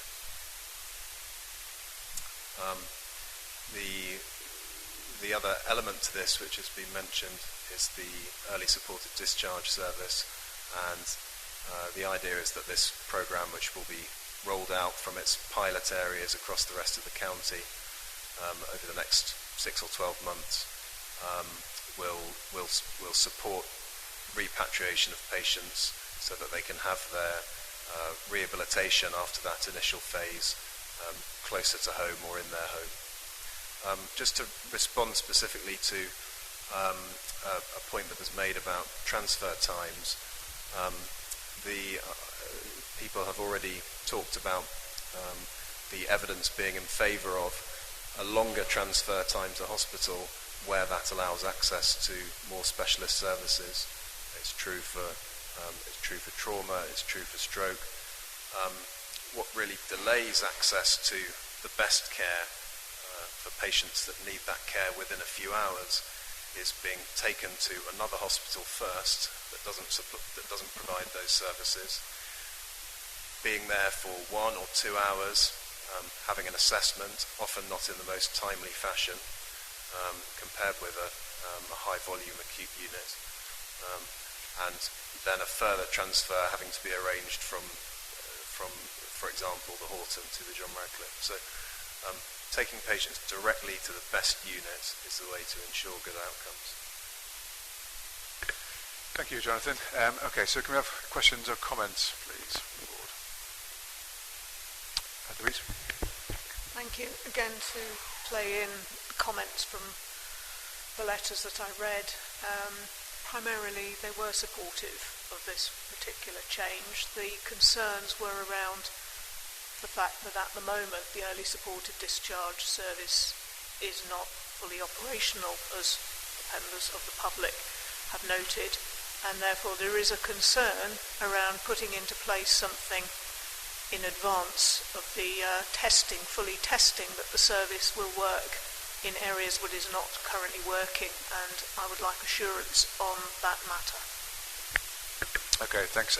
Jonathan, can you do that? I mean, I think that two issues. One is the implementation of the rollout of the early supported discharge service. I think we probably want to have a little bit of assurance of the implementation of that and the schedule and how we monitor that. And then secondly, whether the changes are advisable if that isn't in place. So I think from a quality point of view, the availability or not of the early supported discharge service does not materially affect the argument that outcomes for these patients will be better if they are cared for in a hyperacute stroke unit. From the point of view of ensuring that the early supported discharge service is rolled out in a timely fashion and provides a consistent service to patients across the county, there is a detailed business case which is in the final stages of agreement with the Trust, and we expect to be moving forward with that before the end of the year. Diane. Thank you. Okay, Diane first and then... Yes, it was just to build on what Jonathan said. So we're in the sort of final stages of contract variation to get the early supported discharge service running in this year, and it will be in a complement, an addition to the current rehabilitation services that we've got post-stroke care, so that there isn't a change to those rehabilitation services. People will be able to return to the Halton if that's the appropriate place to be for them. So it's really an enhancement, as Jonathan is saying, and we're already working to get that in place in this year. Okay, thank you. Sula? Yeah, and if I can add, there is a very well-established national stroke audit that happens on a regular basis. We will look at that, and we'd expect to see those changes, Louise, in that audit. We would expect to see improvements, and we will see that at Quality Committee, which you chair. So, but we're very happy also to bring it back to the board at an appropriate stage. Okay, thank you, David. I think we need to pick up this point that Hoskov raised as well about the rehab. So I just wanted to reiterate the point I made at the start, which was around the board keeping an oversight of implementation of all of these plans, because there are a significant number of changes here. We've heard about implementation plans and business cases, what have you. So we need to work through as a board, where do we get that oversight and through which committee? My recommendation would be I would put it through the committees, and then the committees can report back into the formal board, but we need to make sure we've got that. Certainly I can absolutely give the assurance that the board will do that. On the issue of stroke rehabilitation, that's one of the issues that Oxford Health, who are the provider of stroke in the community hospitals, have already written, I understand, to the chairman of HOSC, wanting to have a discussion about the change of the beds in terms of where they're provided between Whitney and Abingdon. So there are some issues around stroke rehabilitation that we do need to look at. I would suggest on this one we do need to have that conversation with the HOSC, specifically around what those plans are. I think one of the issues that has come, and Jonathan may wish to comment, it's around the specialisation of stroke, so stroke rehabilitation. So it is ensuring that there is a place where we've got not just nurses and medical staff, but also therapists. And again, there's, as we've heard on a number of these proposals, it's that balance between providing a little bit of everything in multiple locations and a centralisation, particularly around the very specialist stuff. So I don't know whether, Jonathan, you want to comment on that? Yeah, I think the reasonable assumption from the evidence about outcomes is that concentrating expertise with physical therapy and occupational therapy is a major plank of why these patients do better. And this, so in terms of the proposal for the rehab, there's no proposal to change any of the sites for rehab at the moment. Well, not in our consultation document, but the Oxford Health, as the provider of rehab, wrote to the chairman of HOSC last week to say they wanted to discuss changing where those beds are, because currently they're provided particularly between Witney and Abingdon, and the trust wants to have a discussion about whether those beds are brought together in a single location. Now, that was not part of what we consulted on, and it has arisen since. That's partly as a response to what we'll come on with, which is about the changes in the acute bed numbers. So it's a recognisation in many respects that services are not static and things do change, and I think that's a conversation the trust need to have. Okay, Paul. Sorry. I just wanted to make a relatively obvious point that North Oxford GPs have again discussed this at length, and in the majority support this recommendation based on the clinical evidence, which is frankly overwhelming. And this is one of the proposals where not supporting the recommendation, not making the change, would actually cause continuing harm to patients who all, by the way, mostly live in my patch. And therefore, while of course North GPs very much like to make sure that early supported discharge happens all over the county, including in their area, they would like to point out that there is a balance between the harm that could be caused by not making the change versus the harm that could be caused by not having an early supported discharge service. Okay, thank you.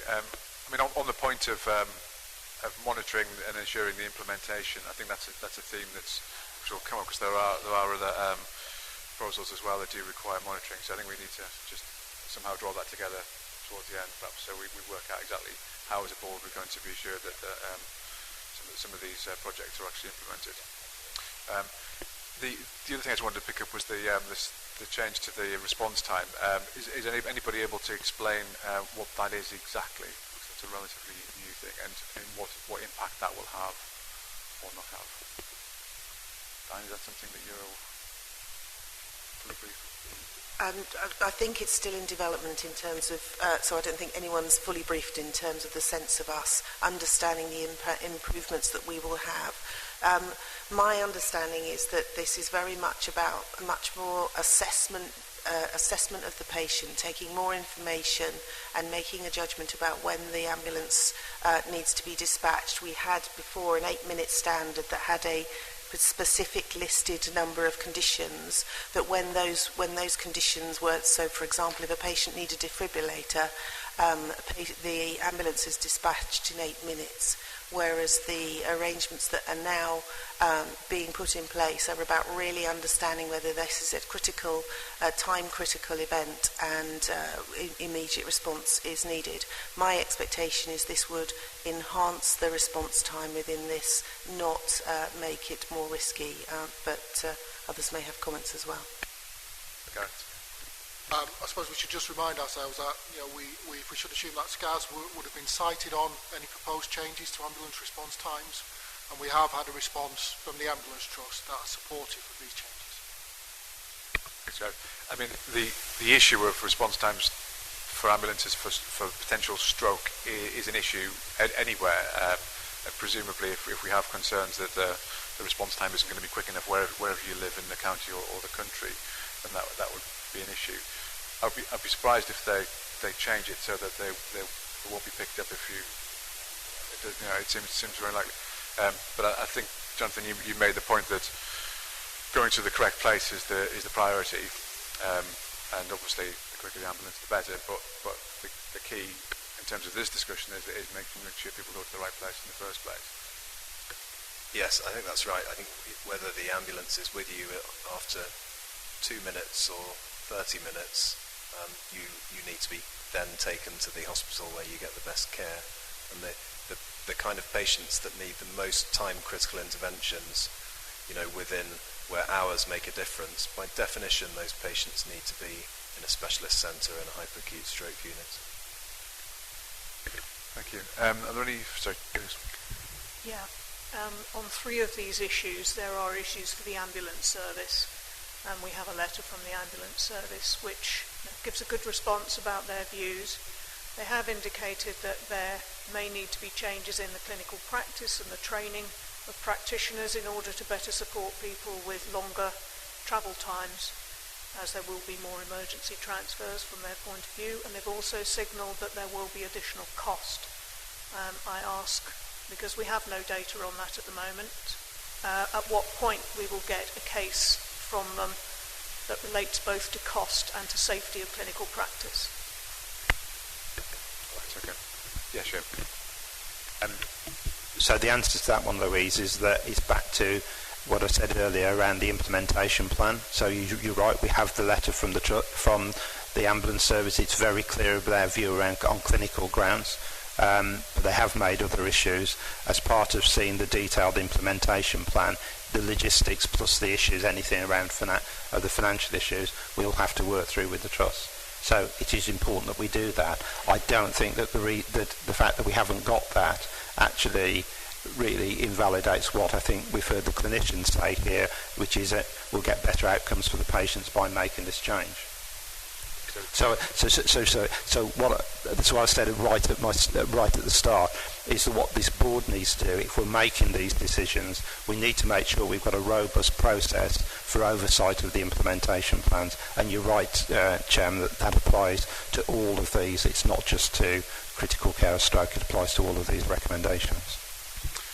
David, sorry, I just wanted to ask Jonathan, that isn't one of the interventions clot extraction, which is time critical and really has to be available 24 hours a day, and it'd be almost impossible to deliver that from away from a major centre. That's correct. So there are 2, if you like, high technology medical interventions for acute stroke. One is thrombolysis, clot busting drugs, and that's a treatment that's already been delivered over the last few years at the John Radcliffe. The emerging therapy is thrombectomy, or removal of the clot through a catheter that's passed into the artery. And as you say, there is a very clear national programme to make this available to everybody in the country. In order for that to happen, it must be concentrated in specialist centres so that the service can be delivered 24 hours a day, 7 days a week. Okay, thank you. Okay, I think we'll wind that up. We've probably had a reasonable discussion. Okay, so again, I'll refer to the cover paper. This is the second part, which is the acute stroke services, particularly referring to the rollout of the early support discharge service, and I think we should add in, the implementation plans need to come back and have assurance of that. Okay, so again, of the voting members, can I have a show of hands of those who support this proposal?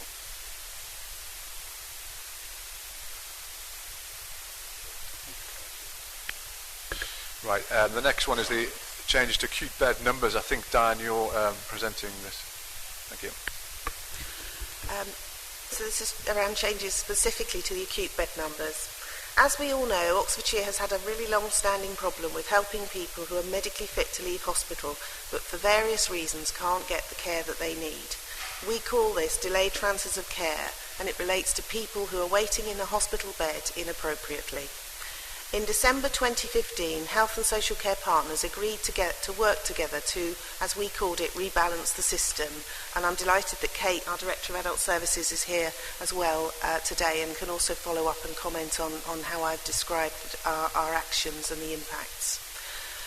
So in December 2015, we knew we needed to rebalance the system. We needed to get care to people quickly when we couldn't immediately ensure that they would get the care they were needing.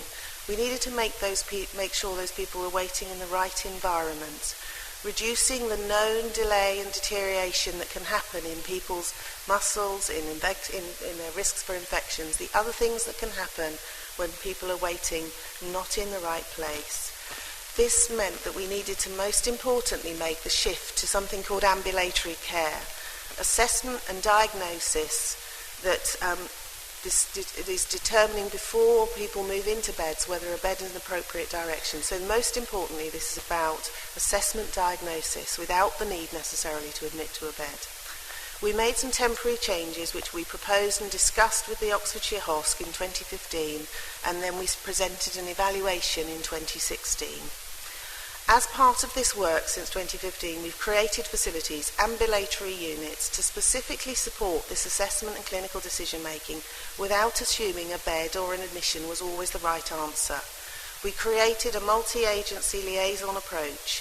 For those people who were fit to leave hospital but their care was not ready, we purchased additional care home beds with greater privacy and less of those known risks that I've alluded to. The risks of muscle wastage, infection, and the other impacts that you have when you're laid in a hospital bed. These changes resulted in the temporary closure of a number of acute hospital beds. The reduction in the number of beds is broadly offset by the additional beds we have opened in the community, and I'll talk a little about those beds that we've opened. So we opened, and we still have open, around an additional 100 what we call hub nursing home beds. Those aren't just isolated hub nursing home beds. They are beds that have doctors, nurses, therapists and social workers actively working with those beds and those homes, supported alongside with a newly made and strengthened discharge liaison team. We've had lots of visitors to go and see that, including colleagues from the HOSC, including colleagues from the Senate, all who've seen this very vibrant support in the hub that is working alongside those beds, which are in addition to that we had before. And most importantly, we've been replicating the ambulatory care models that we have and have been much valued and seen as really effective, called EMUs, Emergency Medical and Multidisciplinary Assessment Units, in Abingdon and Witney, and more recently the RACU, the Rapid Assessment Unit in Henley. So what we've managed to achieve now is that the facilities in both the John Radcliffe and the Halton replicate the ability to have that ambulatory care, that front-end decision-making, which doesn't assume that you'll need a bed at the end of it. In addition to that, we've also, or the hospital has also been able to develop the Acute Hospital at Home service, which is in addition to our other hospital at home services, and is currently taking about 30 people a week back to their own homes, back to their own beds. So this whole initiative has been about changing the way we use our resources and thinking about a more ambulatory approach. As I say, that's been running since November 15 and has been working and supporting the winters since that time.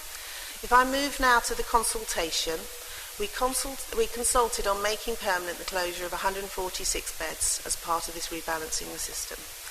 Looking at the letters, listening to the issues in the meetings and the surveys, the following issues were raised. Half of the survey respondents did not agree with the proposal to permanently close hospital beds and use the money and the staff on these supporting services that I've just described. A greater proportion of those who were uncomfortable or unhappy with that actually came from the Banbury and surrounding areas. The concerns, the reasons for those concerns and why people were not supportive of the bed changes was a sense that too many acute hospital beds had been lost already and we had growing demand. So how was the system going to cope? A concern that it was too early for success to be shown, and real worries over the capacity in social care to meet the needs. Moving to the integrated impact assessment, raised some really good points, recognised that the assessment work we're doing, the ambulatory work and getting people home is in line with national guidance, it's in line with best practice. We can evidence and can show through the work we've done with the patients who've been moved through the rebalancing that they reported an improved patient experience. We offered care closer to home and we believe we are evidencing improved clinical outcomes. On the flip side of that, the potential negative issues that were identified in the impact assessment The risk of a sense of isolation if we're moving people back to their own homes. Again, this issue about have we got sufficient home or community-based care, and a sense, and someone's mentioned resilience earlier today, whether there's a concern of loss of flexibility if we lose beds, and will we again be able to match the demand.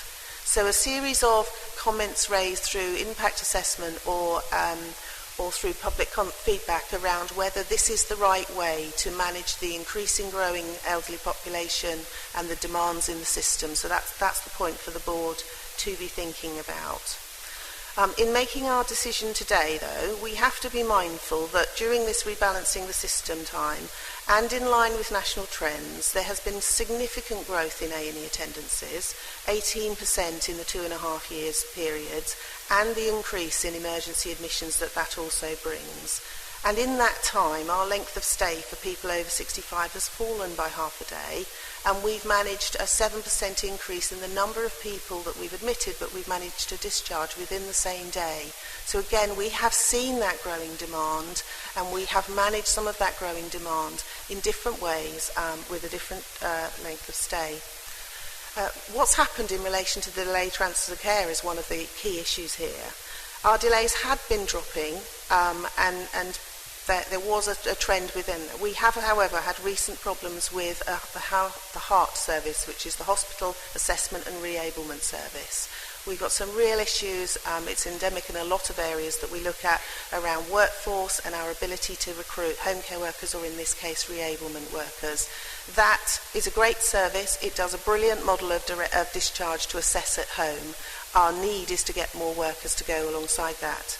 If I exclude the recent challenges around the HART service in our delayed transfers, I can demonstrate that we have made an improvement in the delayed transfers. So it has made an impact. We have compounding workforce issues, which we well know about. Given the rising demand, it becomes even more essential that we maintain and increase the progress that we've made on ambulatory care. And I'm going to ask clinical colleagues to explain why, in effect, you've got this sense of surely more beds would be the way to manage demand, whereas ambulatory care is actually enabling us to see more and more patients and assess more and more patients in the most efficient way.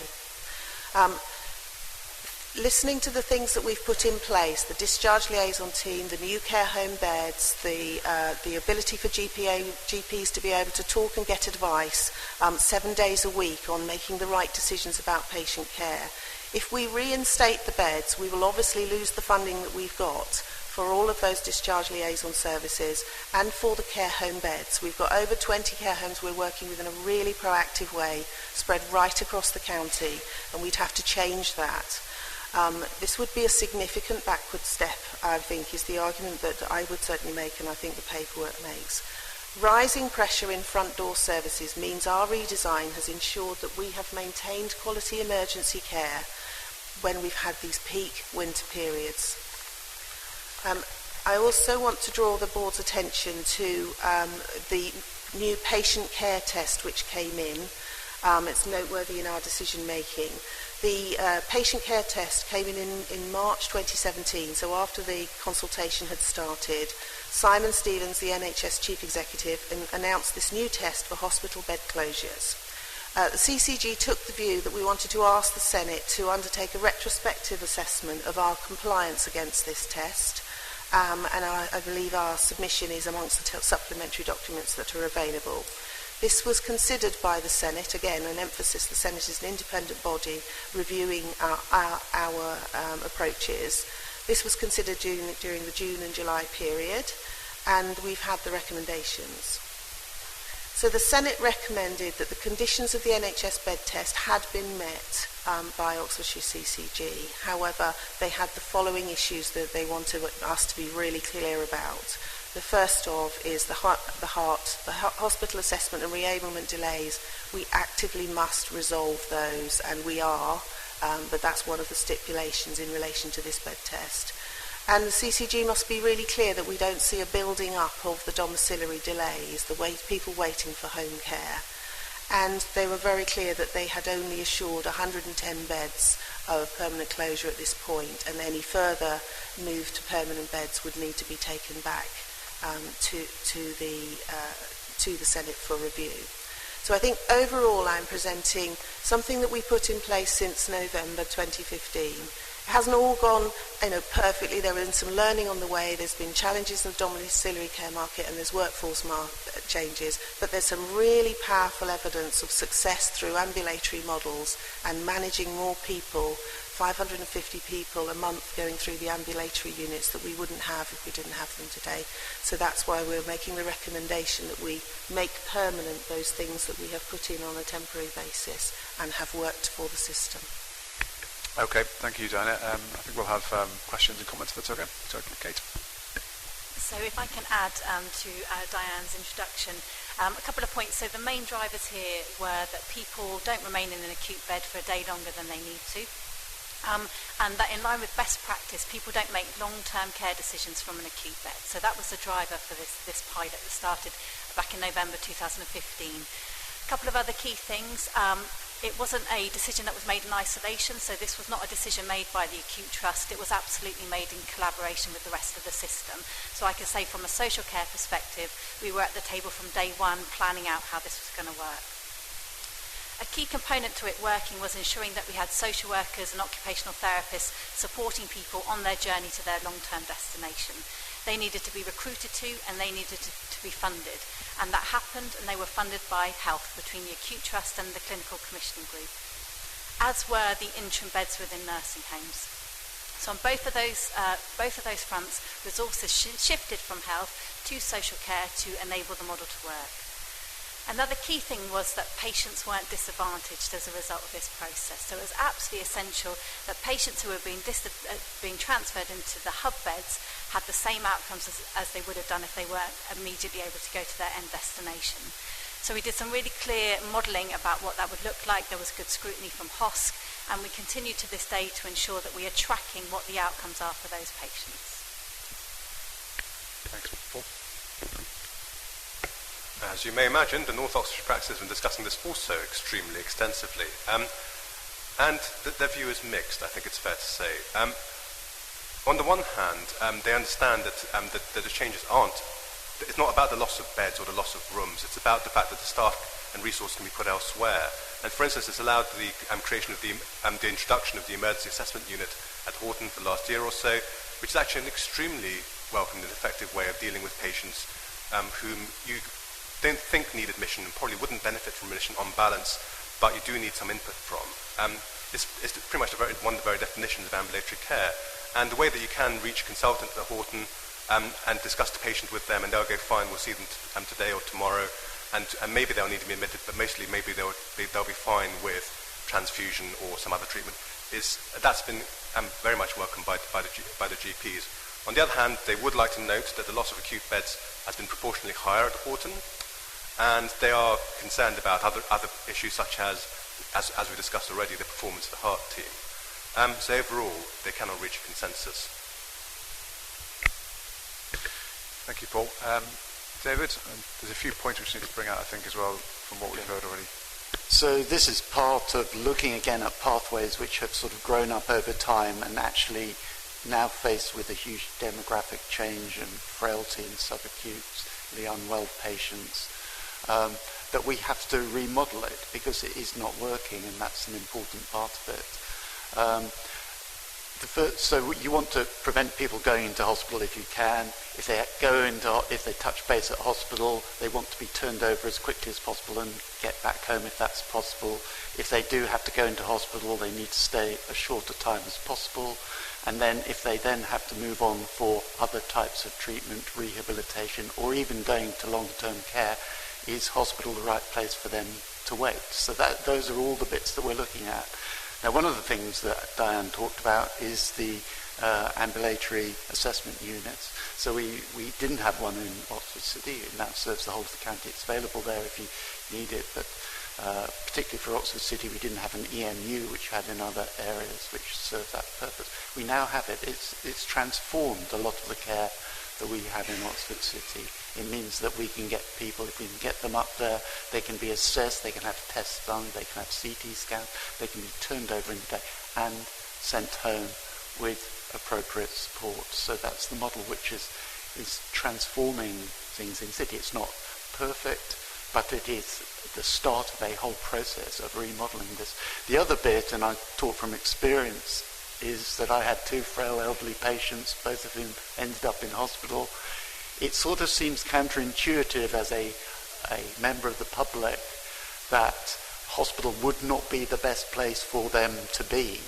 But the point is, yes, when they're acutely unwell, yes, it is perhaps the best place for them to be. But then there is a long bit after that where it very clearly isn't the best place. It isn't as if you're getting constant attention from doctors or even nurses, because their attention, you don't have a medical need, but you have a need to recover, whatever that may be.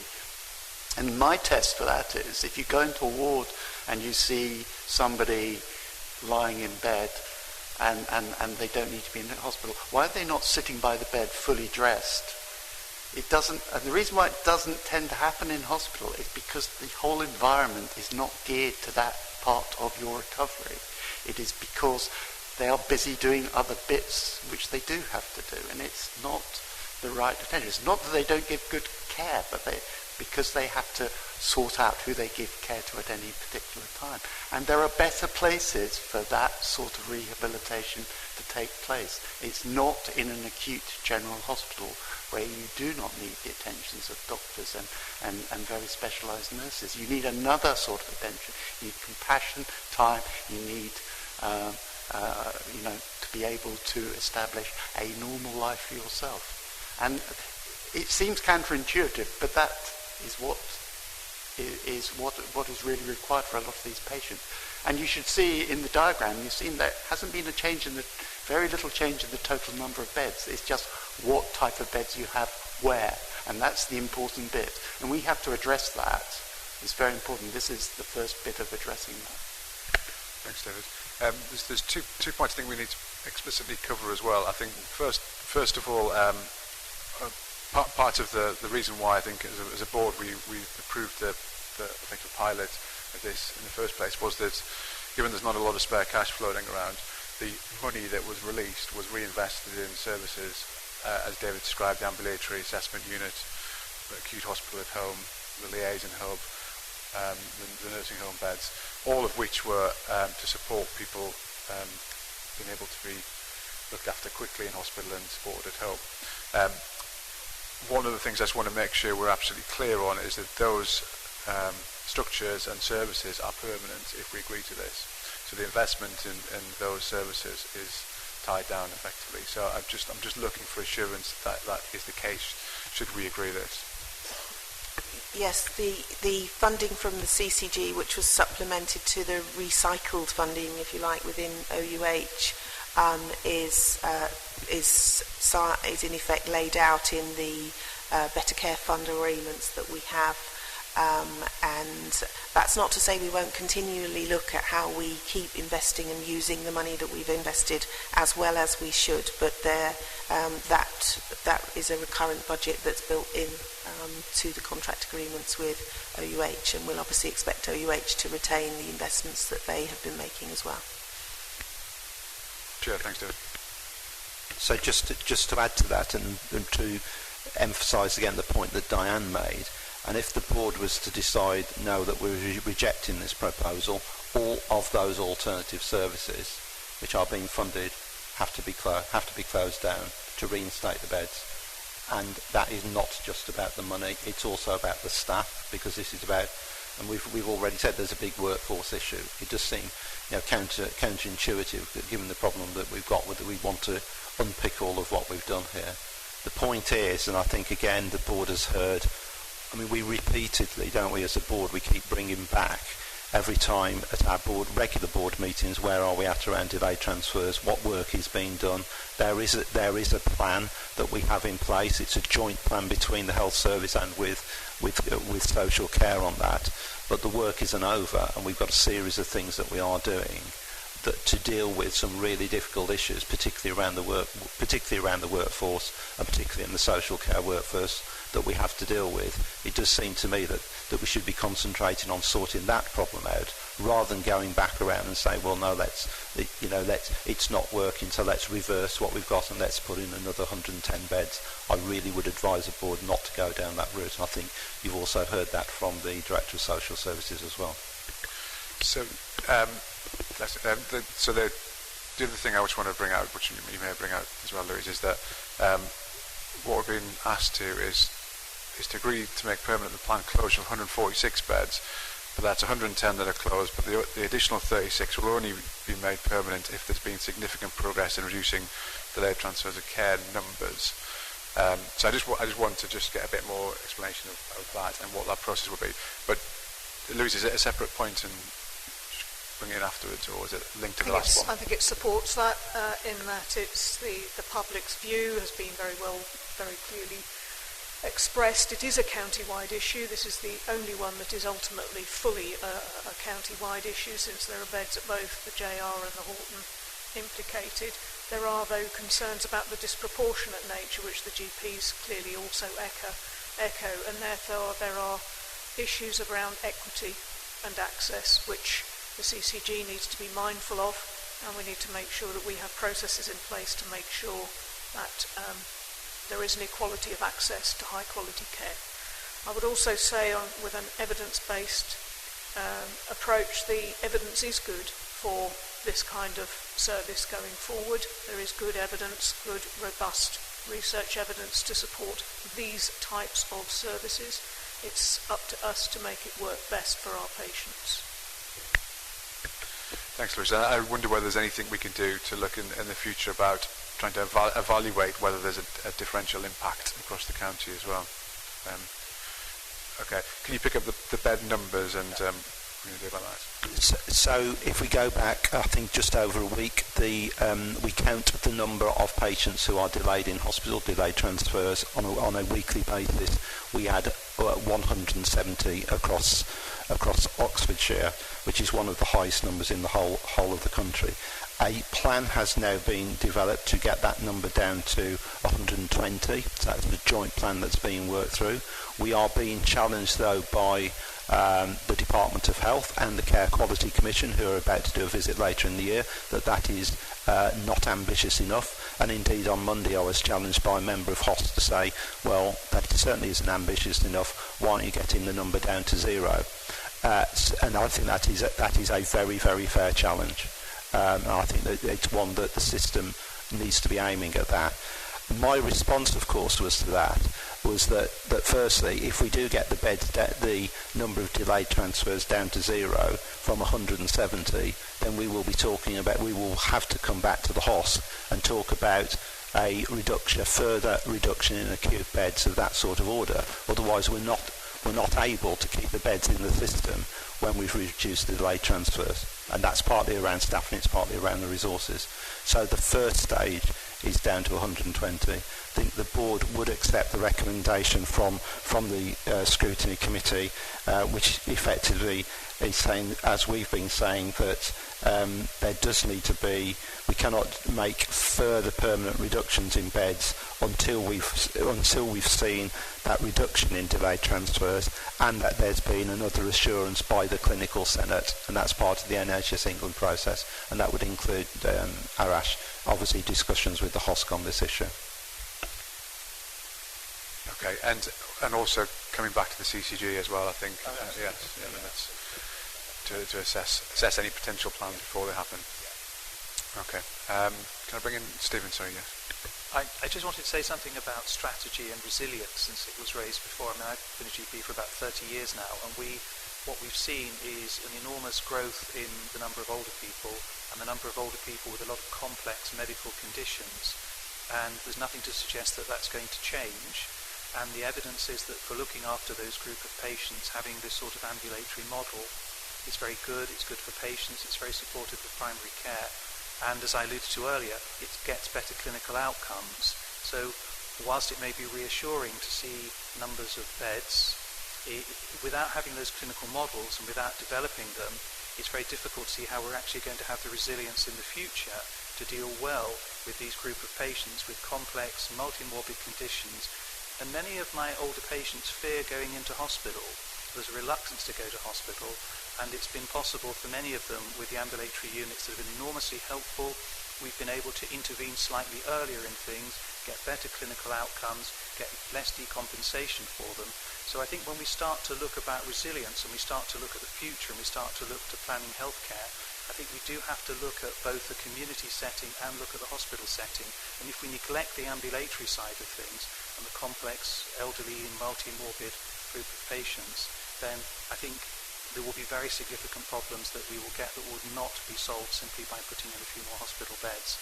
And I think those of us that use the ambulatory care services and the patients have seen them as an enormous step forwards. And I think that's why we are very supportive of this proposal. Thank you. Roger. I just wanted to build on something that Diane referred to, which is the RACU in the south of the county at Henley. This was opened, this is the old Townlands Hospital, brand new building, reopened in January, and deals with the ambulatory care, day treatment, assessment of diagnosis and so on in that area, saving people going to the Royal Berkshire, because it's in the catchment of that particular hospital.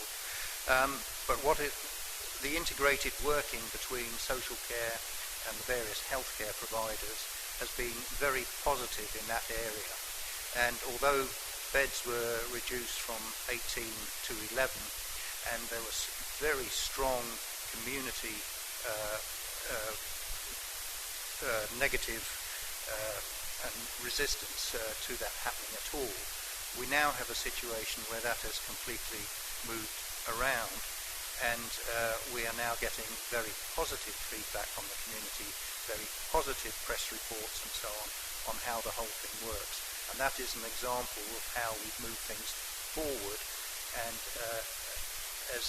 although the community was totally against, they're now totally in favour of what's happening there. And it shows a very strong integration between healthcare and social care. Thanks, Roger. Just building on that, I think the principle hopefully has been established as well, that we need to have the services in place to be able to provide the alternative models of care. So you can't not rely on hospitals unless you have the alternatives in place. And I think that's something which we should be consistent about. I think Ed and then Catherine. I was just going to support that and say, as a GP in the South East, the practices that use that service greatly value it, as do the patients. It's been fantastic. And I just wanted to make a point about the equity. So I absolutely accept we should continue to monitor it, but I think we also need to remember as a board, this is about alternative services in the same places. So patients who would traditionally have gone to the Halton or to the John Radcliffe are still going to those sites, but getting different services. And whether our beds are equitably distributed is probably a much bigger conversation in terms of why are more being potentially closed in one place than another would make an assumption about they were all in the right place to start with, which I don't think we would be able to say. But this is absolutely about, if you need those services, you go to the local unit to preferably have it in an ambulatory way, admitted to that unit if you need it, and then the liaison hub beds are distributed around the county, so closer to people's homes than either of our acute hospital sites. Okay, thanks, Catherine. I mean, I don't want to answer to this, but I think it is something that's worth looking into, which is making sure that those alternatives are properly provided in the north and are equitable. So perhaps, Paul, that's something you can pick up in the future. Okay, I think I'm going to move to the recommendation on this one again. So again, if you just note the actual wording of it, the additional 36 beds are only permanently closed once we've had plans that demonstrate and actually reduce numbers of delayed transfers of care, and we want to have further assurance back here as well. And particularly that the services that are replacing the 110 beds are made permanent. Okay, so can I again see those in favour of the proposal?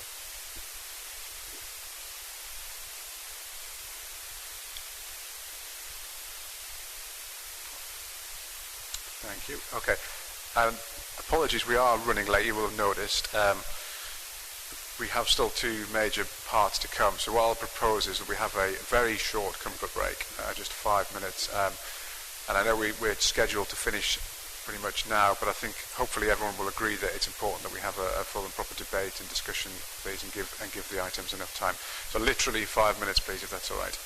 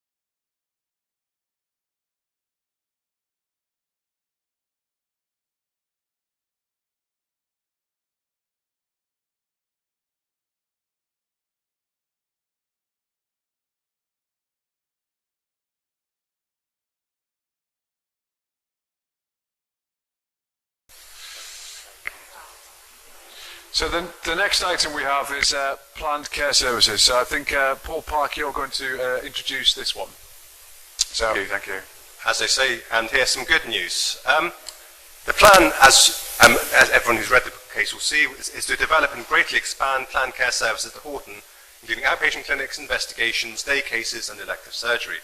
The overall result will there be the transfer of, as mentioned in the consultation, up to 90,000 appointments and procedures from the Head hospitals per year to Halton and Banbury. Just that's about 300 a day, which means 300 people who will no longer be going down to Headington for their various appointments and procedures every day. That's obviously of great benefit to those patients, and it will also reduce stress, demand, parking, transport issues, etc. Into Oxford and the Head hospitals. These changes have already begun with the introduction of the new 64-slice CT scanner at Halton, and will continue in 2018 with the transfer of the current Halton ISTC, Independent Sector Treatment Centre, from Ramsay Healthcare to Oxford University Hospitals Foundation Trust, which will ensure the continued provision of orthopaedic services in Banbury, and likely lead to increased capacity for both orthopaedics and other surgical specialties such as ophthalmology. This is, incidentally worth saying, greatly welcomed by the GPs in North Oxfordshire. Ultimately, the proposal is therefore to be expanded to modern, up-to-date facilities and services at Halton, including diagnostics, pre-op assessment, outpatients, and coordinated surgical theatre services. These plans will need capital investment, for which Oxford University Hospitals is in the process of applying, and will also need a more detailed business case for review by OCCG. The proposals have been well received by the public, patients, and practice in North Oxfordshire, and incidentally, since I'm saying my bit, the practice in North Oxfordshire unanimously and overwhelmingly support these proposals. Thanks, Paul. So comments and questions from the board. Please. Again, I'd like to feed in the support that's overwhelmingly in support of providing these kind of services on the Halton site. There are concerns about, which are really more implementation issues, as you've indicated, about car parking, access and so forth. And there also appear to be issues that could relate to how staff can best manage their journeys and their split between sites, which will need to be addressed. But again, I would say the research evidence would support the fact that these kind of, in general, it is possible to have more services done on an outpatient or ambulatory basis. There are indications here that this could spread back to services that used to exist on the Halton site some 20 years ago, such as ophthalmology, which would be very much welcomed, I'm sure, by the local population. Thanks, Louise. So as you said, I think a lot of the feedback we got was about the implementation and about the detail of that. So I'm pleased to see that there is more detail following the last board meeting on implementation and schedule with some timescales. I think we need to have more of that. And I think also we need to be pushing for earlier increase in the number of outpatient appointments and diagnostics, rather than wait for the full business case as well. And then just also note the HOSC feedback about about bringing forward detailed plans. So I think that's something we need to pick up as part of the implementation. Okay. Sure, thanks, David. And the other point is the offer that we had on Monday from the leader of Cherwell District Council to work with us on that. So that is a very helpful offer. But again, we need to sit down, talk to the council around what the detail is of that and how we might work that through. As I did say on Monday, one of the issues for us is there's certainly an issue about how we access NHS capital, so that would be really helpful, but there's also an issue about the affordability of it and the revenue. But again, that's something that we can pick up as we work through a detailed business case. Thanks, David. Okay, any other comments, questions? David?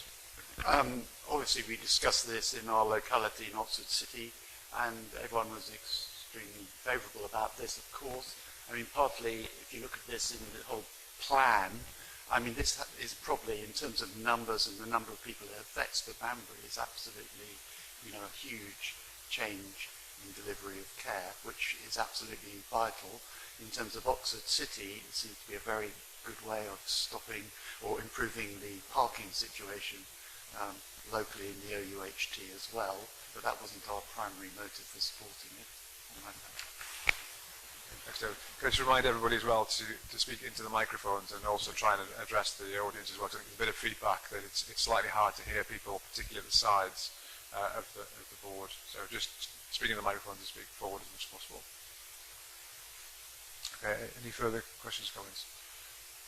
Okay, so I think again we'll go to the recommendation, particularly about the implementation and the diagnostic and outpatient facility as well. Okay, so can I, again, from the voting members, see those who support this recommendation?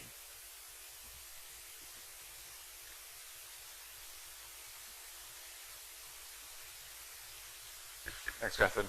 Okay, so let's go to 5, maternity services. So I think we have Dr. Kieran Collinson and Sheila Wiltshire to introduce. I'm not sure what order you're doing it in. Okay, thank you. Thank you, Chair. So my name's Kieran, I'm a GP. I'm also the clinical lead for maternity services for the CCG. I have to say, in all of this, I'm a GP, I'm also a commissioner, but I'm also a patient as well.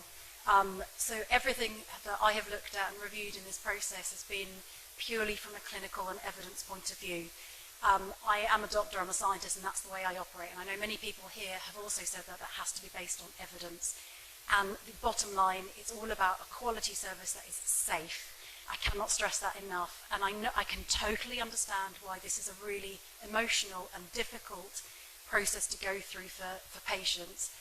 But when it comes down to it, you have to have a safe service. And if you're not offering a safe service, then we here would not be doing our jobs correctly. So if I can remind everyone about the change that happened in October 2016, the Halton Obstetric unit was changed temporarily to a midwife-led unit. Now, the basis for that was the staffing crisis. And I'm not over-egging it by saying crisis. It genuinely is a staffing crisis that we have. We do not have enough obstetric doctors to staff the unit. And that's where this all began. We know just today, it's already mentioned by Tony Berwick earlier, just today a study was published saying there are 88% vacancies in the rota of middle grades. That is a real crisis that's going on. So it's not only Oxfordshire based, but it's also nationwide. So we really need to take that into consideration here. I'm sure you can understand if you yourself were pregnant or someone in your family were, you would not want them turning up to an obstetric unit, wanting and needing an obstetric doctor there to find that that day there just happens to be no one available. That is not a situation that you want to find yourselves in unsafe, and could be absolutely detrimental to the life of the mother and the baby. So we need to steer away from that type of option. In terms of can we get the staffing back up again? Well, it's a very, very difficult situation. If we've already got a lack of workforce there that exists, it's also compounded by the fact that we have lack of training accreditation at the Halton. That was taken away several years ago. It means that trainees can't work at the Halton anymore in obstetrics. The Halton also delivers very few numbers of babies, which means that the clinical experience that doctors get when they're there is very, very limited. And that means that the job there just is not attractive for them. Health Education England have already said that and confirmed that they cannot bring back accreditation at the unit. So this is a situation that we now find ourselves in. We have to now make the best of what we have, and we have to try and make sure that the situation we are in is as safe as it can possibly be. So the model that we are proposing is to continue to have an obstetric unit at the John Radcliffe and to have the Halton turn into a midwife-led unit permanently. Now this is not a radical idea, because actually it fits very nicely with what the evidence is out there. The Royal Colleges also say that there should be highly specialised expertise based in one centre, just like all the other specialties we've been talking about today. Is the same for obstetrics. And it also supports the model of midwife-led units. And we've already heard today that midwife-led units are safe. As long as you assess correctly and get low-risk women there, then they're absolutely safe. They're safer for the mum, and they're equivalent in safety for the baby. So these are all very positive things. Now, I know that lots of concerns have come out of this, and I've absolutely taken them on board, and they have genuine concerns, which I absolutely agree with you. What I'd like to do is just go through a few of those concerns one by one and hopefully reassure you on those. So one of the big parts about this is the travel time and the distance. I'd like to start by saying that high-risk pregnant women already have to travel these distances. So they come from all over the county and from out of county to come to the tertiary referral centre at the John Radcliffe. No one has ever made a fuss about them before. No one's ever raised any concerns that this is a problem, but it's already happening. And what we're proposing is the same for in going forward. So nothing from that point of view has changed. There have been increased ways of trying to ensure that the women who do go to the obstetric unit or the MLUs are risk stratified correctly. These include doing a proper assessment to begin with in early pregnancy, and there's also been the introduction of an additional scan done at 36 weeks pregnancy. So with the combination of these two things, risk can be stratified more correctly than has done previously in years gone by. There is no gold standard for what the distance or time should be from travel from an MLU to an obstetric. The data just is not there, unfortunately. But what we do know is that the studies that are there, they've been looking at travel times of up to 60 minutes. And within 60 minutes, they concluded that MLUs are safe, and as I mentioned before, they're safer for the mother and just as safe for the baby than if you're delivered in the obstetric unit. Now, we know from our data of monitoring the ambulance times from the MLU in the Halton to the obstetric unit at the John Radcliffe has been an average of 38 minutes. Another concern that was raised was about epidurals, how we hadn't been specific enough about the availability of an epidural if you go to an MLU. And we hold our hands up and say we weren't explicit enough about that. But what I'd like to reassure everyone is that we have taken that on board, and certainly as pregnant women are assessed throughout their pregnancy and decide where they're going to give birth, the midwife will always discuss pain relief options with them and make it absolutely clear where you can and cannot have an epidural. They also hand out a leaflet where it's clearly stated as well. People have also raised concern about capacity. Now, will the John Radcliffe have capacity? They have increased their capacity already, and in the few months that the MLU has been operating at the Halton, they've never had to breach that capacity. They've never had to take anyone away. There've never been any problems with capacity. The surrounding hospitals in other counties have also been approached, and again, they have also said there are no clinical concerns. They do have the capacity to take on any additional births.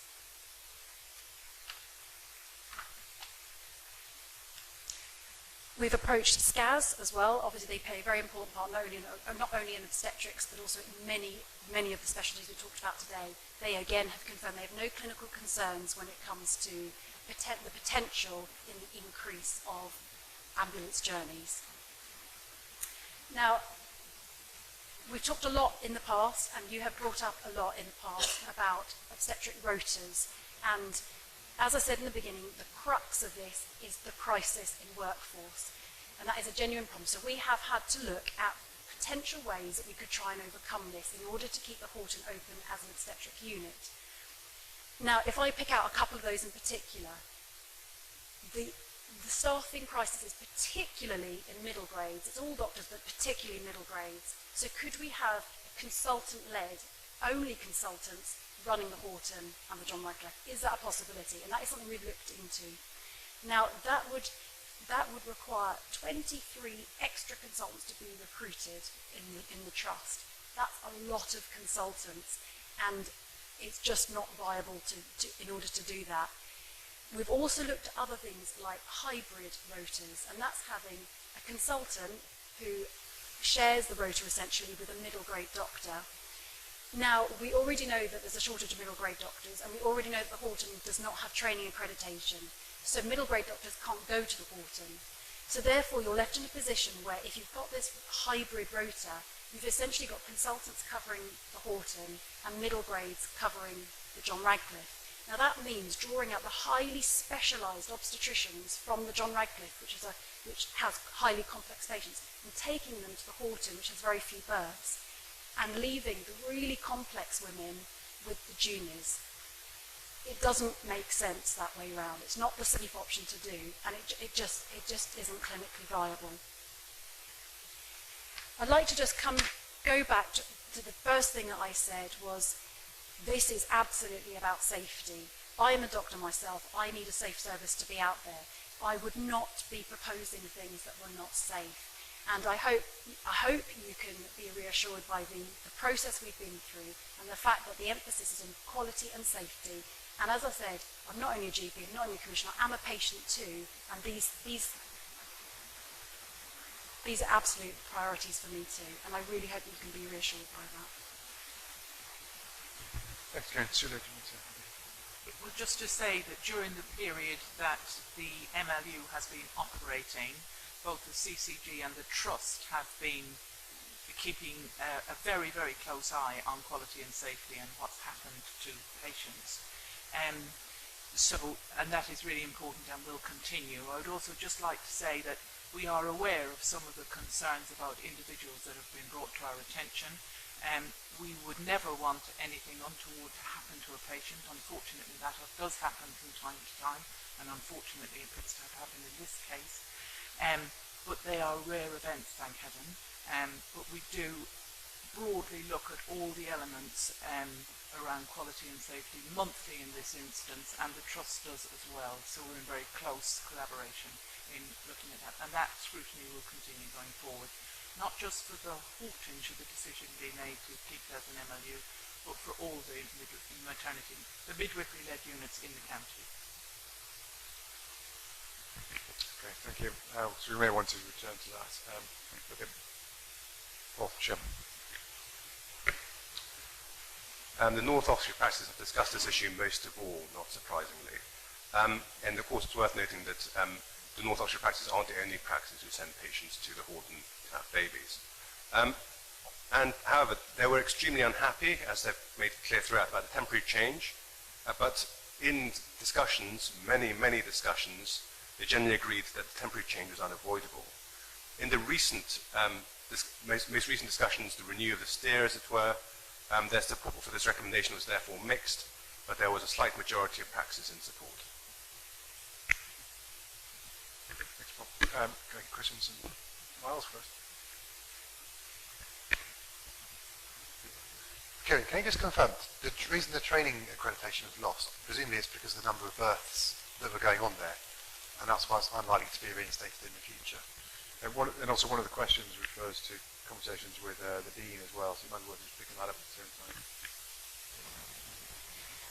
Yeah, so it's basically the equivalent of 4 births per day, and Health Education England and the Dean, they've said that really isn't enough to maintain clinical experience. They've also said that even if we did manage to increase our birth numbers, it probably wouldn't reach the level of 2,500 which would be required. But even then, it would be difficult to reintroduce accreditation. David? I have an interest in that. I used to, for over 20 years, do a session in obstetric medicine with Chris Redmond initially and Lucy McKillop. And we have always, that unit looks after patients who have the gravest or the greatest risk of problems in delivery because they may have had a previous bad outcome through preeclampsia, or they have a heart transplant, or they have a liver transplant, or they have some systemic disease which leads to a greater risk in their delivery. And in all my time there, we never recommended with these high-risk patients that they deliver at the Halton Hospital. They all came to John Radcliffe to deliver. And over that time, and maybe you can confirm this, and there's never been any evidence that the people, and it's a tertiary centre as well, so it has an extensive, it's way beyond the remit of Oxfordshire. There's never been any evidence that people had deleterious outcomes as a result of having to come to the JR for their delivery. So in other words, bypassing the Halton and coming to the JR didn't lead to increased risk for those patients who were high risk to begin with. Is that a question, David? Was it statements? Has been confirmed before, but I just wanted to state that that has been confirmed, that there's never been adverse, any idea that that was an unsafe way of doing it.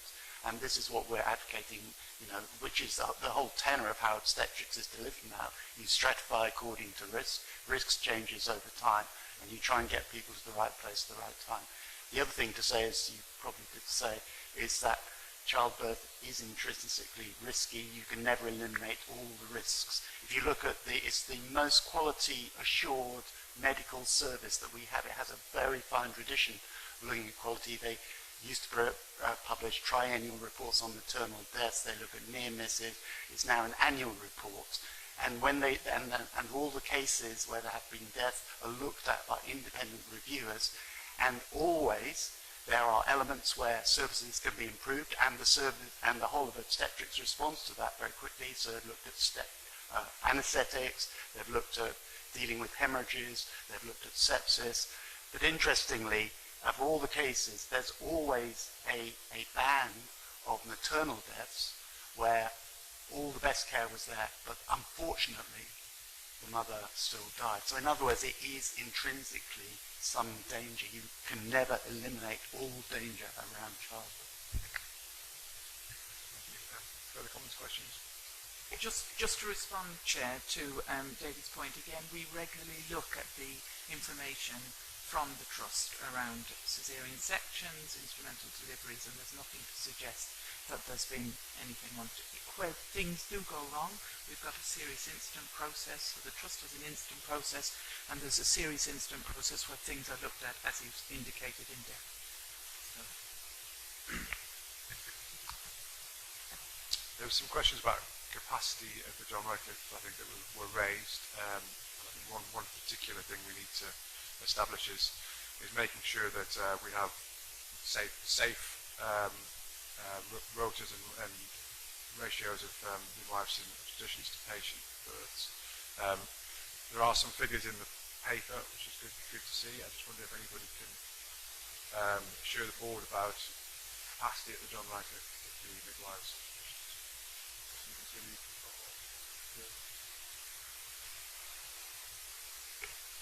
So if I just start with midwifery, because midwifery again has its challenges like all workforce. So what the Trust tends to do is that once the students graduate from the local university, they over-recruit, or they recruit all the midwives who will be happy to work at the Trust, and then manage that, because there is a natural turnover of workforce. So that's the way the Trust has previously managed and continues to manage the midwifery workforce within the Trust. I don't know if you want to say a little bit more about the medical workforce, which is slightly different.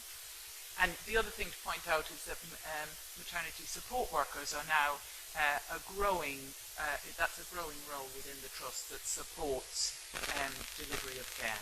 Yeah. It might be worth, if Tony Brent could come up, because I think we need a bit more about that particular thing about the capacity of obstetricians. Okay. Tony, could you come to the table if that's all right?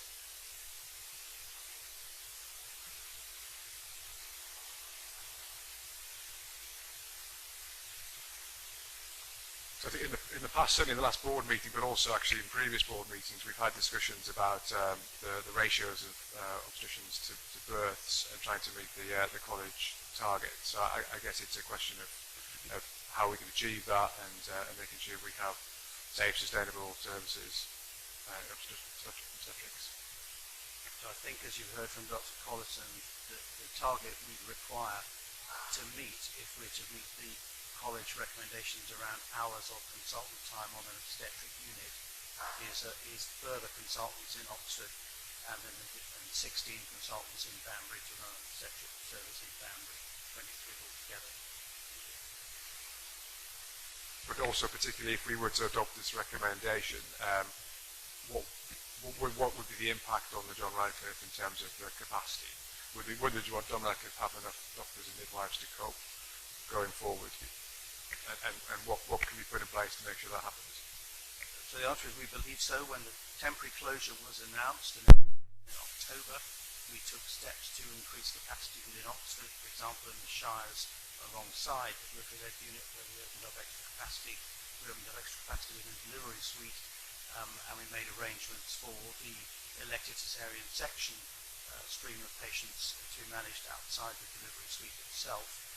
In fact, in the event, linked, as I understand it from talking to Professor Kennedy, to a national fall in the birth rate over the last year, we've actually seen fewer patients through the John Radcliffe than we'd expected, not only from Banbury but from elsewhere as well. So we have not had particular pressure on the service as a result of the changes in Banbury. And it's been, how many months now in temporary closure? So we've had the temporary closure since October last year. 10 months. And in that time, how is the service managed? Well, the service, I think, is managed very well. I mean, I think it's important that people understand that we have a very dedicated group of midwives and obstetricians, both in Oxford and in Banbury. Obviously, the changes in Banbury were difficult for some of the staff, but some of the midwives in that unit have been very enthusiastic about working in a midwifery-led service rather than an obstetric service, and we're very happy with the staffing that we've got there. Just to kind of be clear about how the numbers have gone, if that's of use for you to understand, 208 admissions in that time to the midwifery-led unit, 6 of whom were not appropriate in the sense that they were either not in labour or were suffering an antenatal complication rather than one of labour, so we would discount their figures. Of the 202, 161 of those mothers gave birth in the unit itself, and 126 of those went directly home from the unit. There were 41 mothers who were transferred before the baby was born, in the first and the second stages of labour. There were a further 12 mothers who were transferred after the baby was delivered, but technically while labour was still going on, transferred because of problems with bleeding or with the placenta being retained. There were further transfers that do not count within the way that all midwifery-led units calculate their transfer rates. 16 babies that were transferred after birth, 10 of them for routine observation because of concerns, and others with more concern than that. Those figures also are entirely in keeping with the kinds of rates with which babies go to special care baby units wherever they're born. So I think the take-home message is that of the 202 women who came in and started labour in the unit, 126 delivered their baby in the unit and went home safely. The transfer rate within labour is as we'd expected. And I suppose the final thing, just to be clear about with the board, is that much is made quite understandably of the idea that there will be lots of last-minute problems arising. But just to be clear about that, of the 41 women who were transferred, 37 were transferred in first stage, which is, as most people will know, quite a protracted process. There were 4 who were transferred in the second stage of labour, all of whom did have their babies delivered within the hour after arriving in Oxford. So those clearly were more acute. But the vast majority of transfers, as we'd always expect from a properly functioning midwifery-led unit, happen in first stage and happen at the first signs of problems, or as soon as there's evidence that the labour is not progressing with the expected speed. Thanks, Tony. There's a couple of questions as well. I think we could probably pick up as well. There's one about looking at the long list of options through the clinical working group and who's on that. I think maybe it might be worth just a word on that group and that process and the membership. And And then there's also one about the antenatal care, I think particularly for those women north of Banbury, which it might be worth just picking up. I don't know whether you've got a sight of the question. So from the point of view of the first question, the working group, it's made up of clinicians and managers, both at the CCG and within the OUH Trust. So obviously I'm on it as a GP clinical voice. We've also got 2 managers from the CCG who specialise in maternity services. We've also been working with OUH obstetricians and also OUH managers as well. There are several people on that working group, and we've had constant communication for many, many months now, looking at all the options and going through them as thoroughly as possibly can. Yeah, thank you. And the other question was related to antenatal care and what changes this could have to antenatal care in the North of County and how that will work in the future. So various changes actually, and in a way it's a shame that through this whole process very little focus has been on the antenatal care. It's all really been about the actual place of delivery, which, as you know, is not the whole part of pregnancy. Pregnancy goes on for a long time before the actual delivery itself. So there's a lot of more work going on behind the scenes as well, which people probably aren't even as aware of. I've already alluded to a couple of things that are happening in the antenatal period that we want to make sure happens more widespreadly, and that's a good assessment right at the beginning of pregnancy by GPs. At the moment it has been a little bit patchy as to what GPs offer, and so as part of this work we've been making sure that GPs are highly aware of what the potential risks are for each individual woman and being able to risk stratify them right from the very start. That process will then go on throughout pregnancy, and the midwife will see those patients and continue to do that risk stratification so that we absolutely know who's low and high risk, and we know that people can go from low to high risk, so we absolutely have to have our radar for that change. The other thing, as I've also mentioned, is the introduction of the new scan at 36 weeks. Again, that's another way of picking up any problems that may have arisen that haven't been noticed up until that point. The other thing is, at the moment, all the tertiary referral patients who go into the John Radcliffe for their highly specialised antenatal clinics, the proposal is that the ones from the north of the county will no longer have to travel down to the John Radcliffe for those, but instead those obstetricians will go to the Halton in order to deliver those clinics, thus saving many, many journeys into Headington for that. Okay, thanks, Kieran. So, other comments, questions?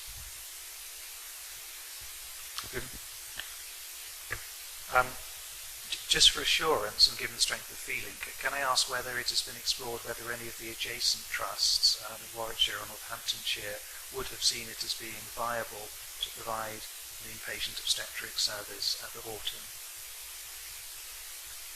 That was looked into, and we didn't receive a positive response to that, so that has been explored.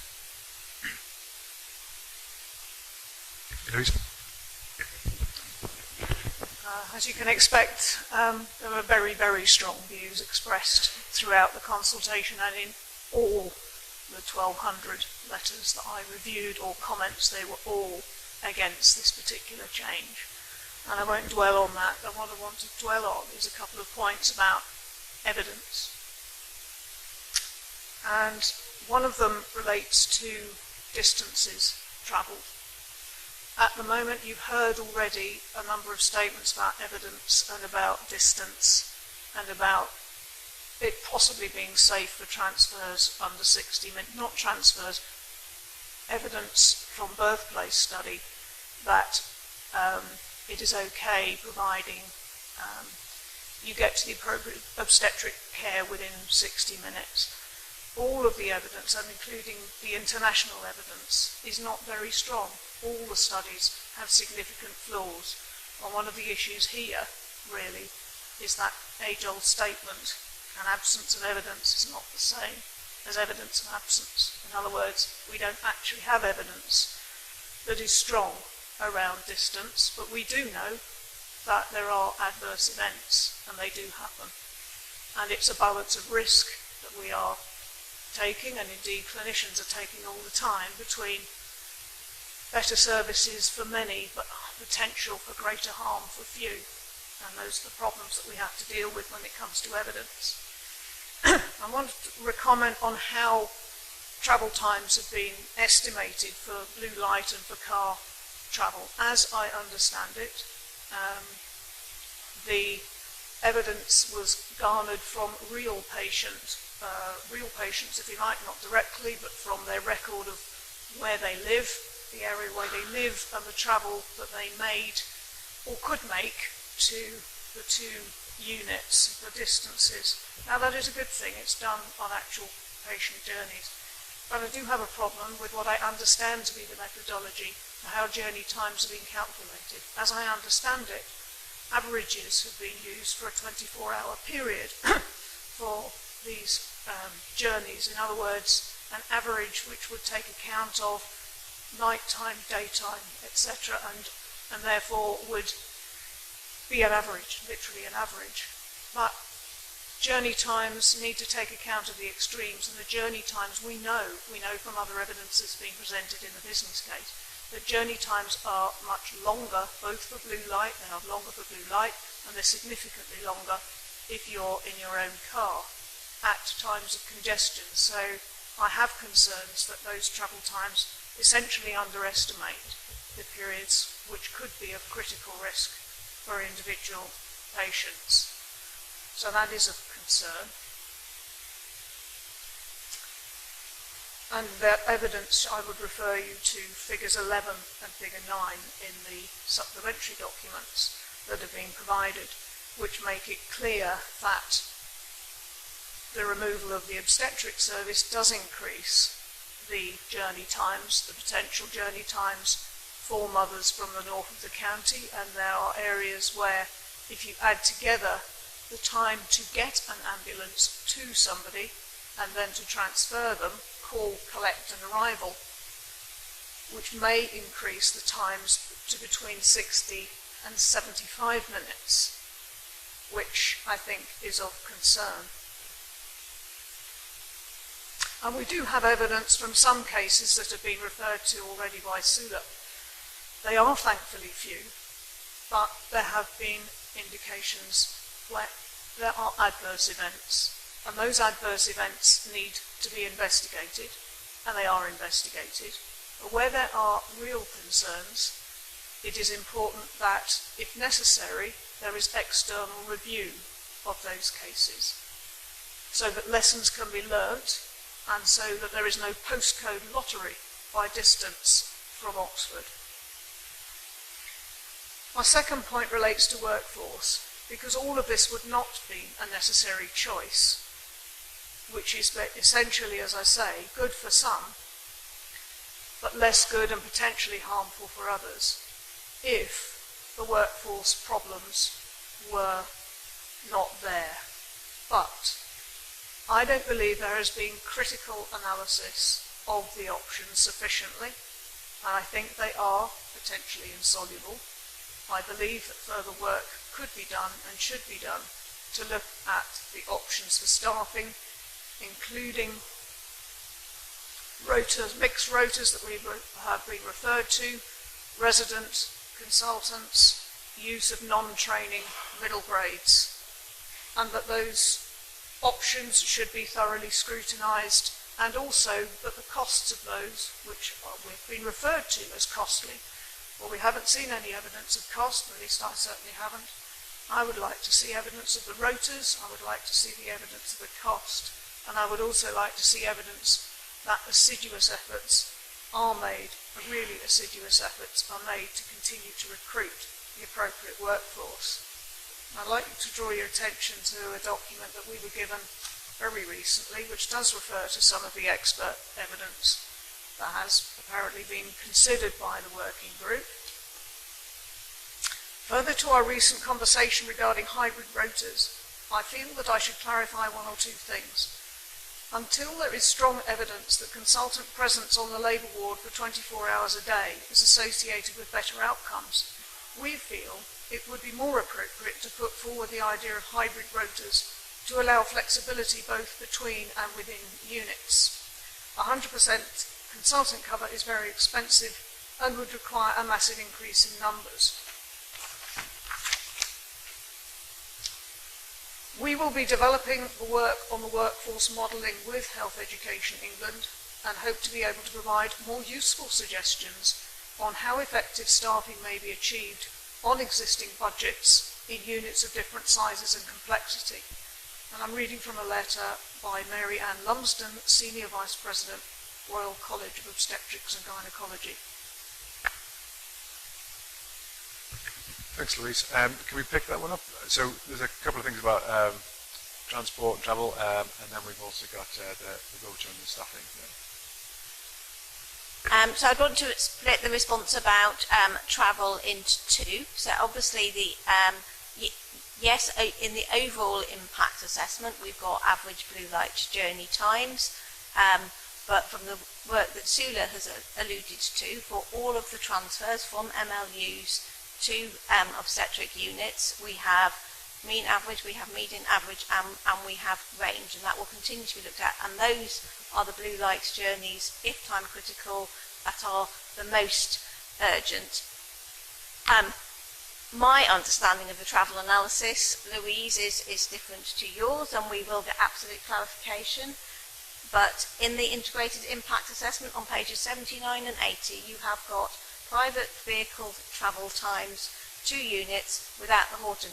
One is at peak and one is off peak, and they are very different.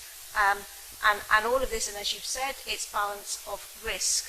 If the Halton is not there, that there is a portion of the population that will have to travel further and it will take longer. But if we look at one of the other maps, we already have parts of the population that need to travel those sorts of distances. So we are increasing the numbers, and as I think Kieran and Sula said, we understand that, and it's where that balance of risk and what is ultimately the best and safest service. Yeah, so I've already got into a little bit about the workforce side of things and the rotas already, but just to sort of add on to what you were saying there. So yes, you're absolutely right. Hybrid, which is the mixed rota, is a proposed possible solution to this. And as I explained before, it would prove difficult. It is something that absolutely needs to be looked into, no doubt about it. But when you do look into it, and in terms of the practicality of it, it means recruiting a significant amount of people, but also it includes increasing the amount of staff grades and middle grades and trainees, and we don't have them.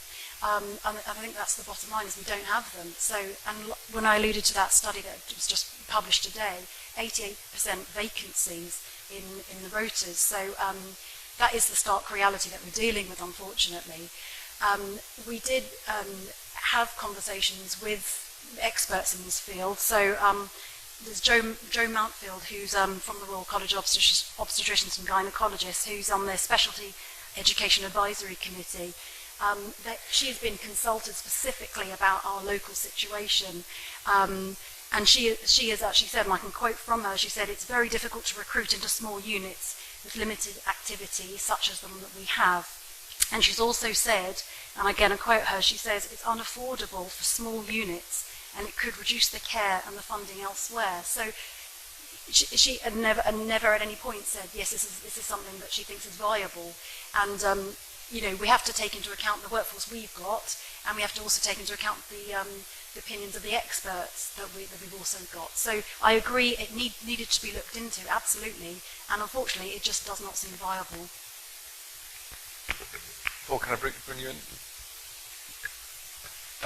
I'm not particularly contributing to that debate. I thought it would be remiss of me not to mention the North practices and GPs' concerns about that they had around this issue around the effects of the change on anaesthetics, on emergency department, especially on GP training. After all, Halton hosts roughly a third of the GP trainees in Oxfordshire, and to lose that would be a disaster.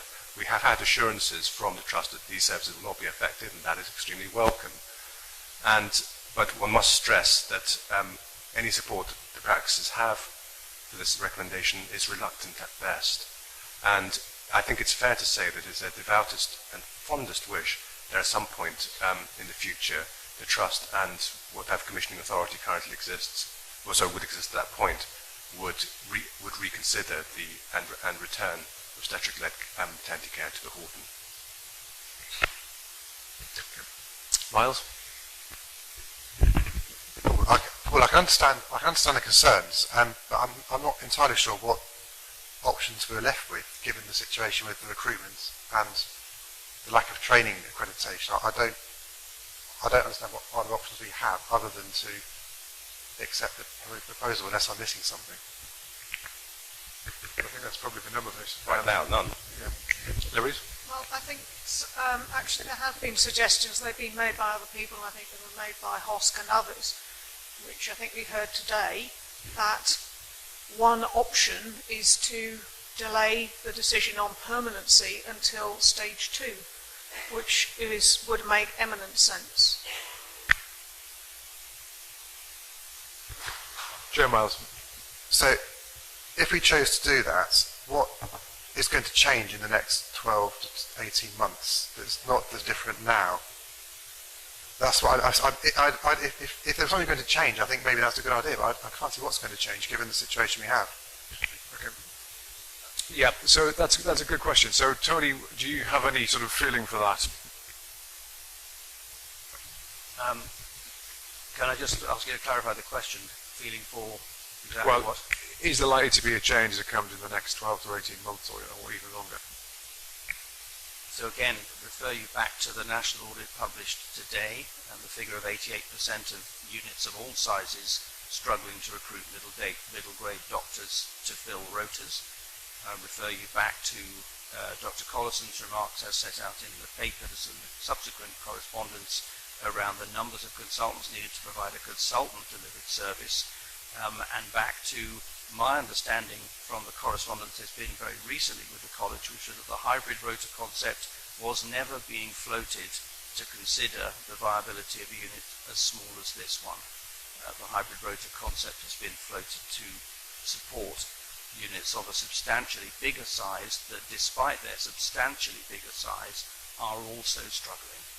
So I think from the point of view of the hybrid rota option, the Trust also does not believe it could realistically recruit into a hybrid rota because we continue not to be able to recruit into the middle grade posts at the level required.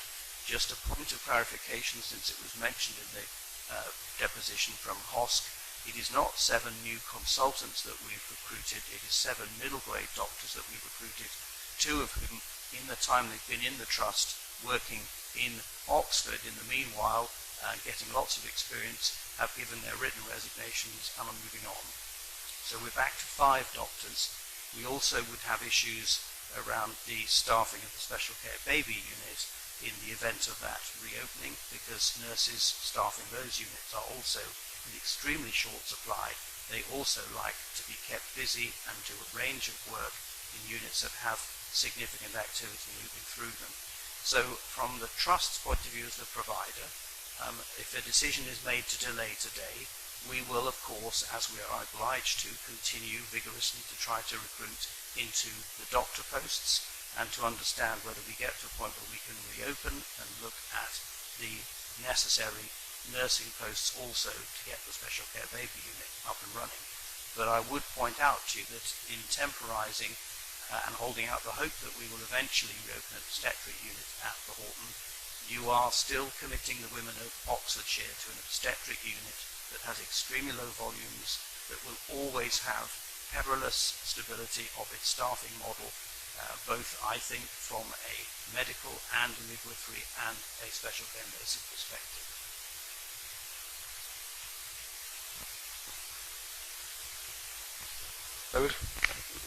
So, just so I'm clear, that you're telling me that in Oxford, which I'd imagine would be an attractive job to work in for an obstetrician because of the variety and skills you've learned there, you're struggling to recruit into that, or recruit and retain staff into that department. So I imagine that recruiting someone into a less interesting job, for want of a better word, would be even harder. Is that the current situation?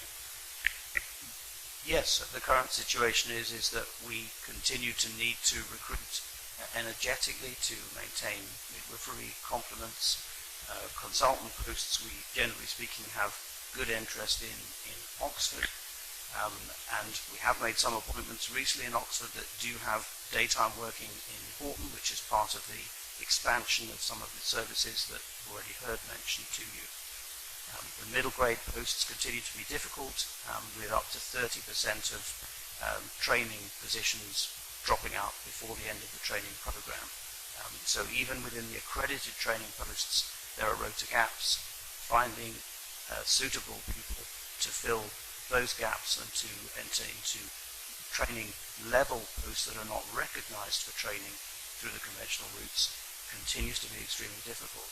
And it is a provider's market from that point of view. Doctors who wish to offer their services as skilled obstetricians can get much more experience in larger units than they can in small ones.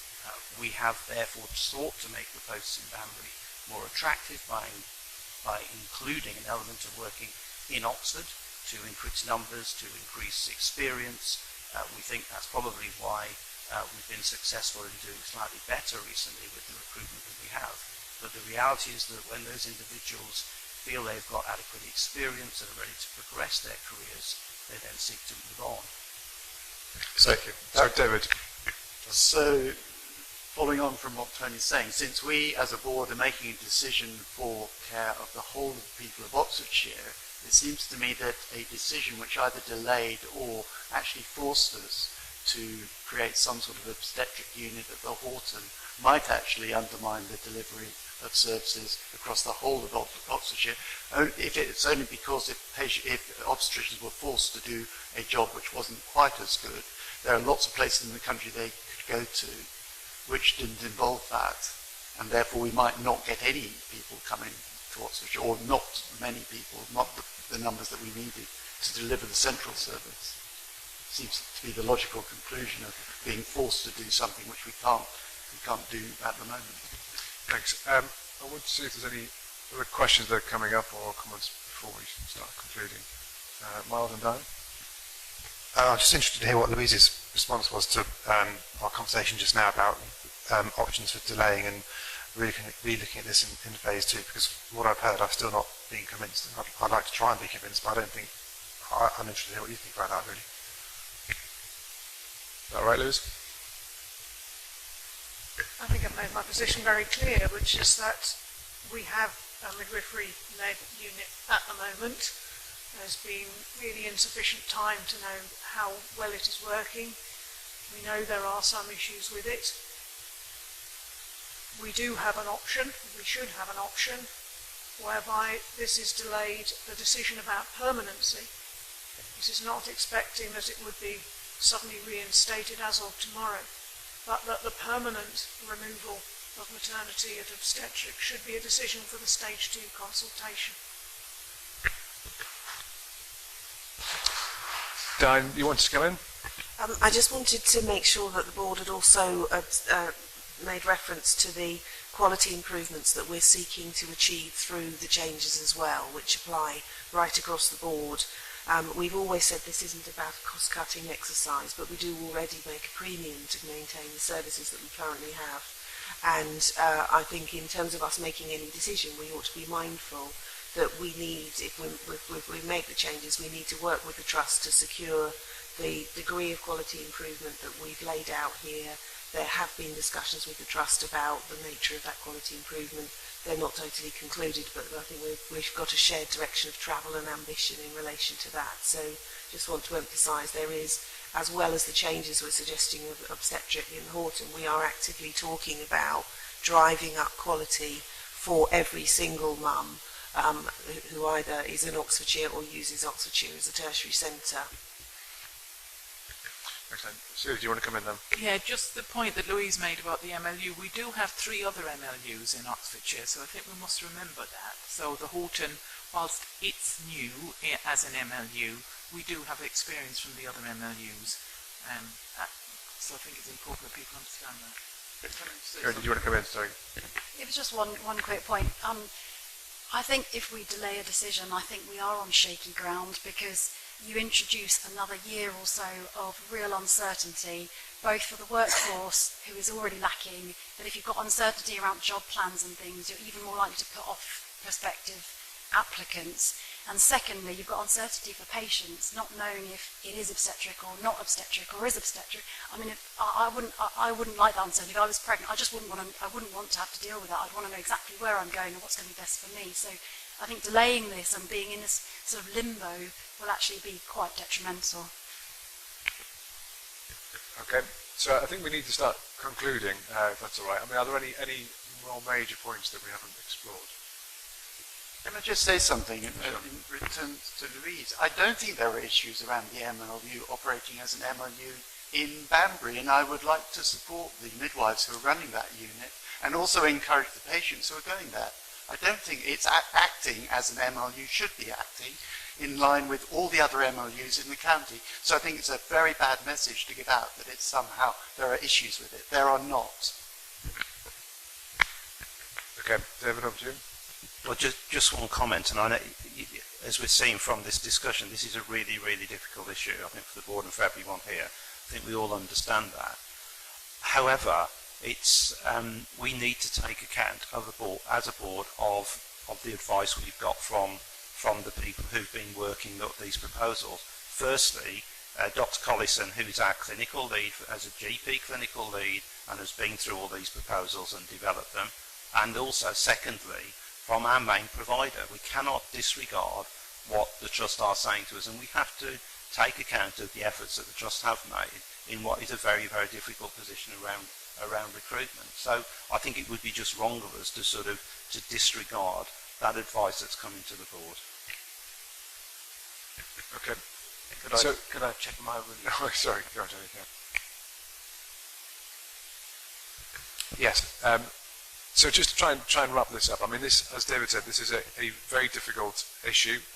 Nobody's entering into this lightly, and I know that everybody around the board has spent many hours considering this and looking at this and discussing this. So I know that this is a difficult situation, and it's probably there's no good way forward. But I think there are two main issues I think we've been discussing. One is the safety of the current situation, which is the temporary closure. Is the board satisfied that it's as safe as it could be and safe enough, given that it can be 100% safe? But also, secondly, the real case for the closure in the first place is, has that changed? Are there any other options? And have we explored enough the workforce situation? Is there anything else we could have done? And are we satisfied that the current situation isn't going to change, at least for the foreseeable future? I think they're very difficult questions, but I think that the number of it comes down to is the reason for the temporary closure still there? Are there any other options we can think of? Louise has suggested one option is to delay, so that's something obviously we need to consider. But we do have a recommendation, so I think we should look at that recommendation and decide whether we agree with it or not. We haven't got any other options apart from that one, as far as I can hear. I haven't heard anything else from anybody else. Okay, so I think we might as well get to the point of making a decision.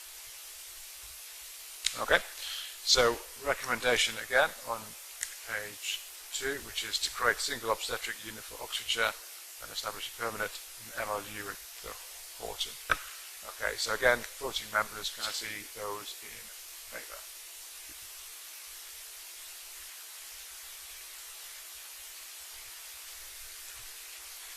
Okay, so that is carried. Sorry. The other questions I think we need to consider are the issues that have been raised as part of this meeting. A lot of this was around about implementation and about mitigation and concrete plans for what happens, particularly the areas that we've established. So I think we need to have a process for that. So David, can you suggest how we take that forward?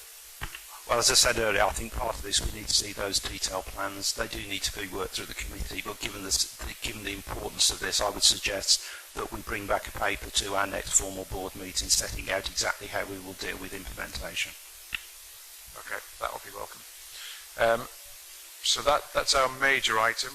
We do have any other business. Okay. I'd like to thank everybody for bearing with us. I know we are well behind schedule, but again, I think it was important we had a full discussion on that. So thanks to the members of the public and the board.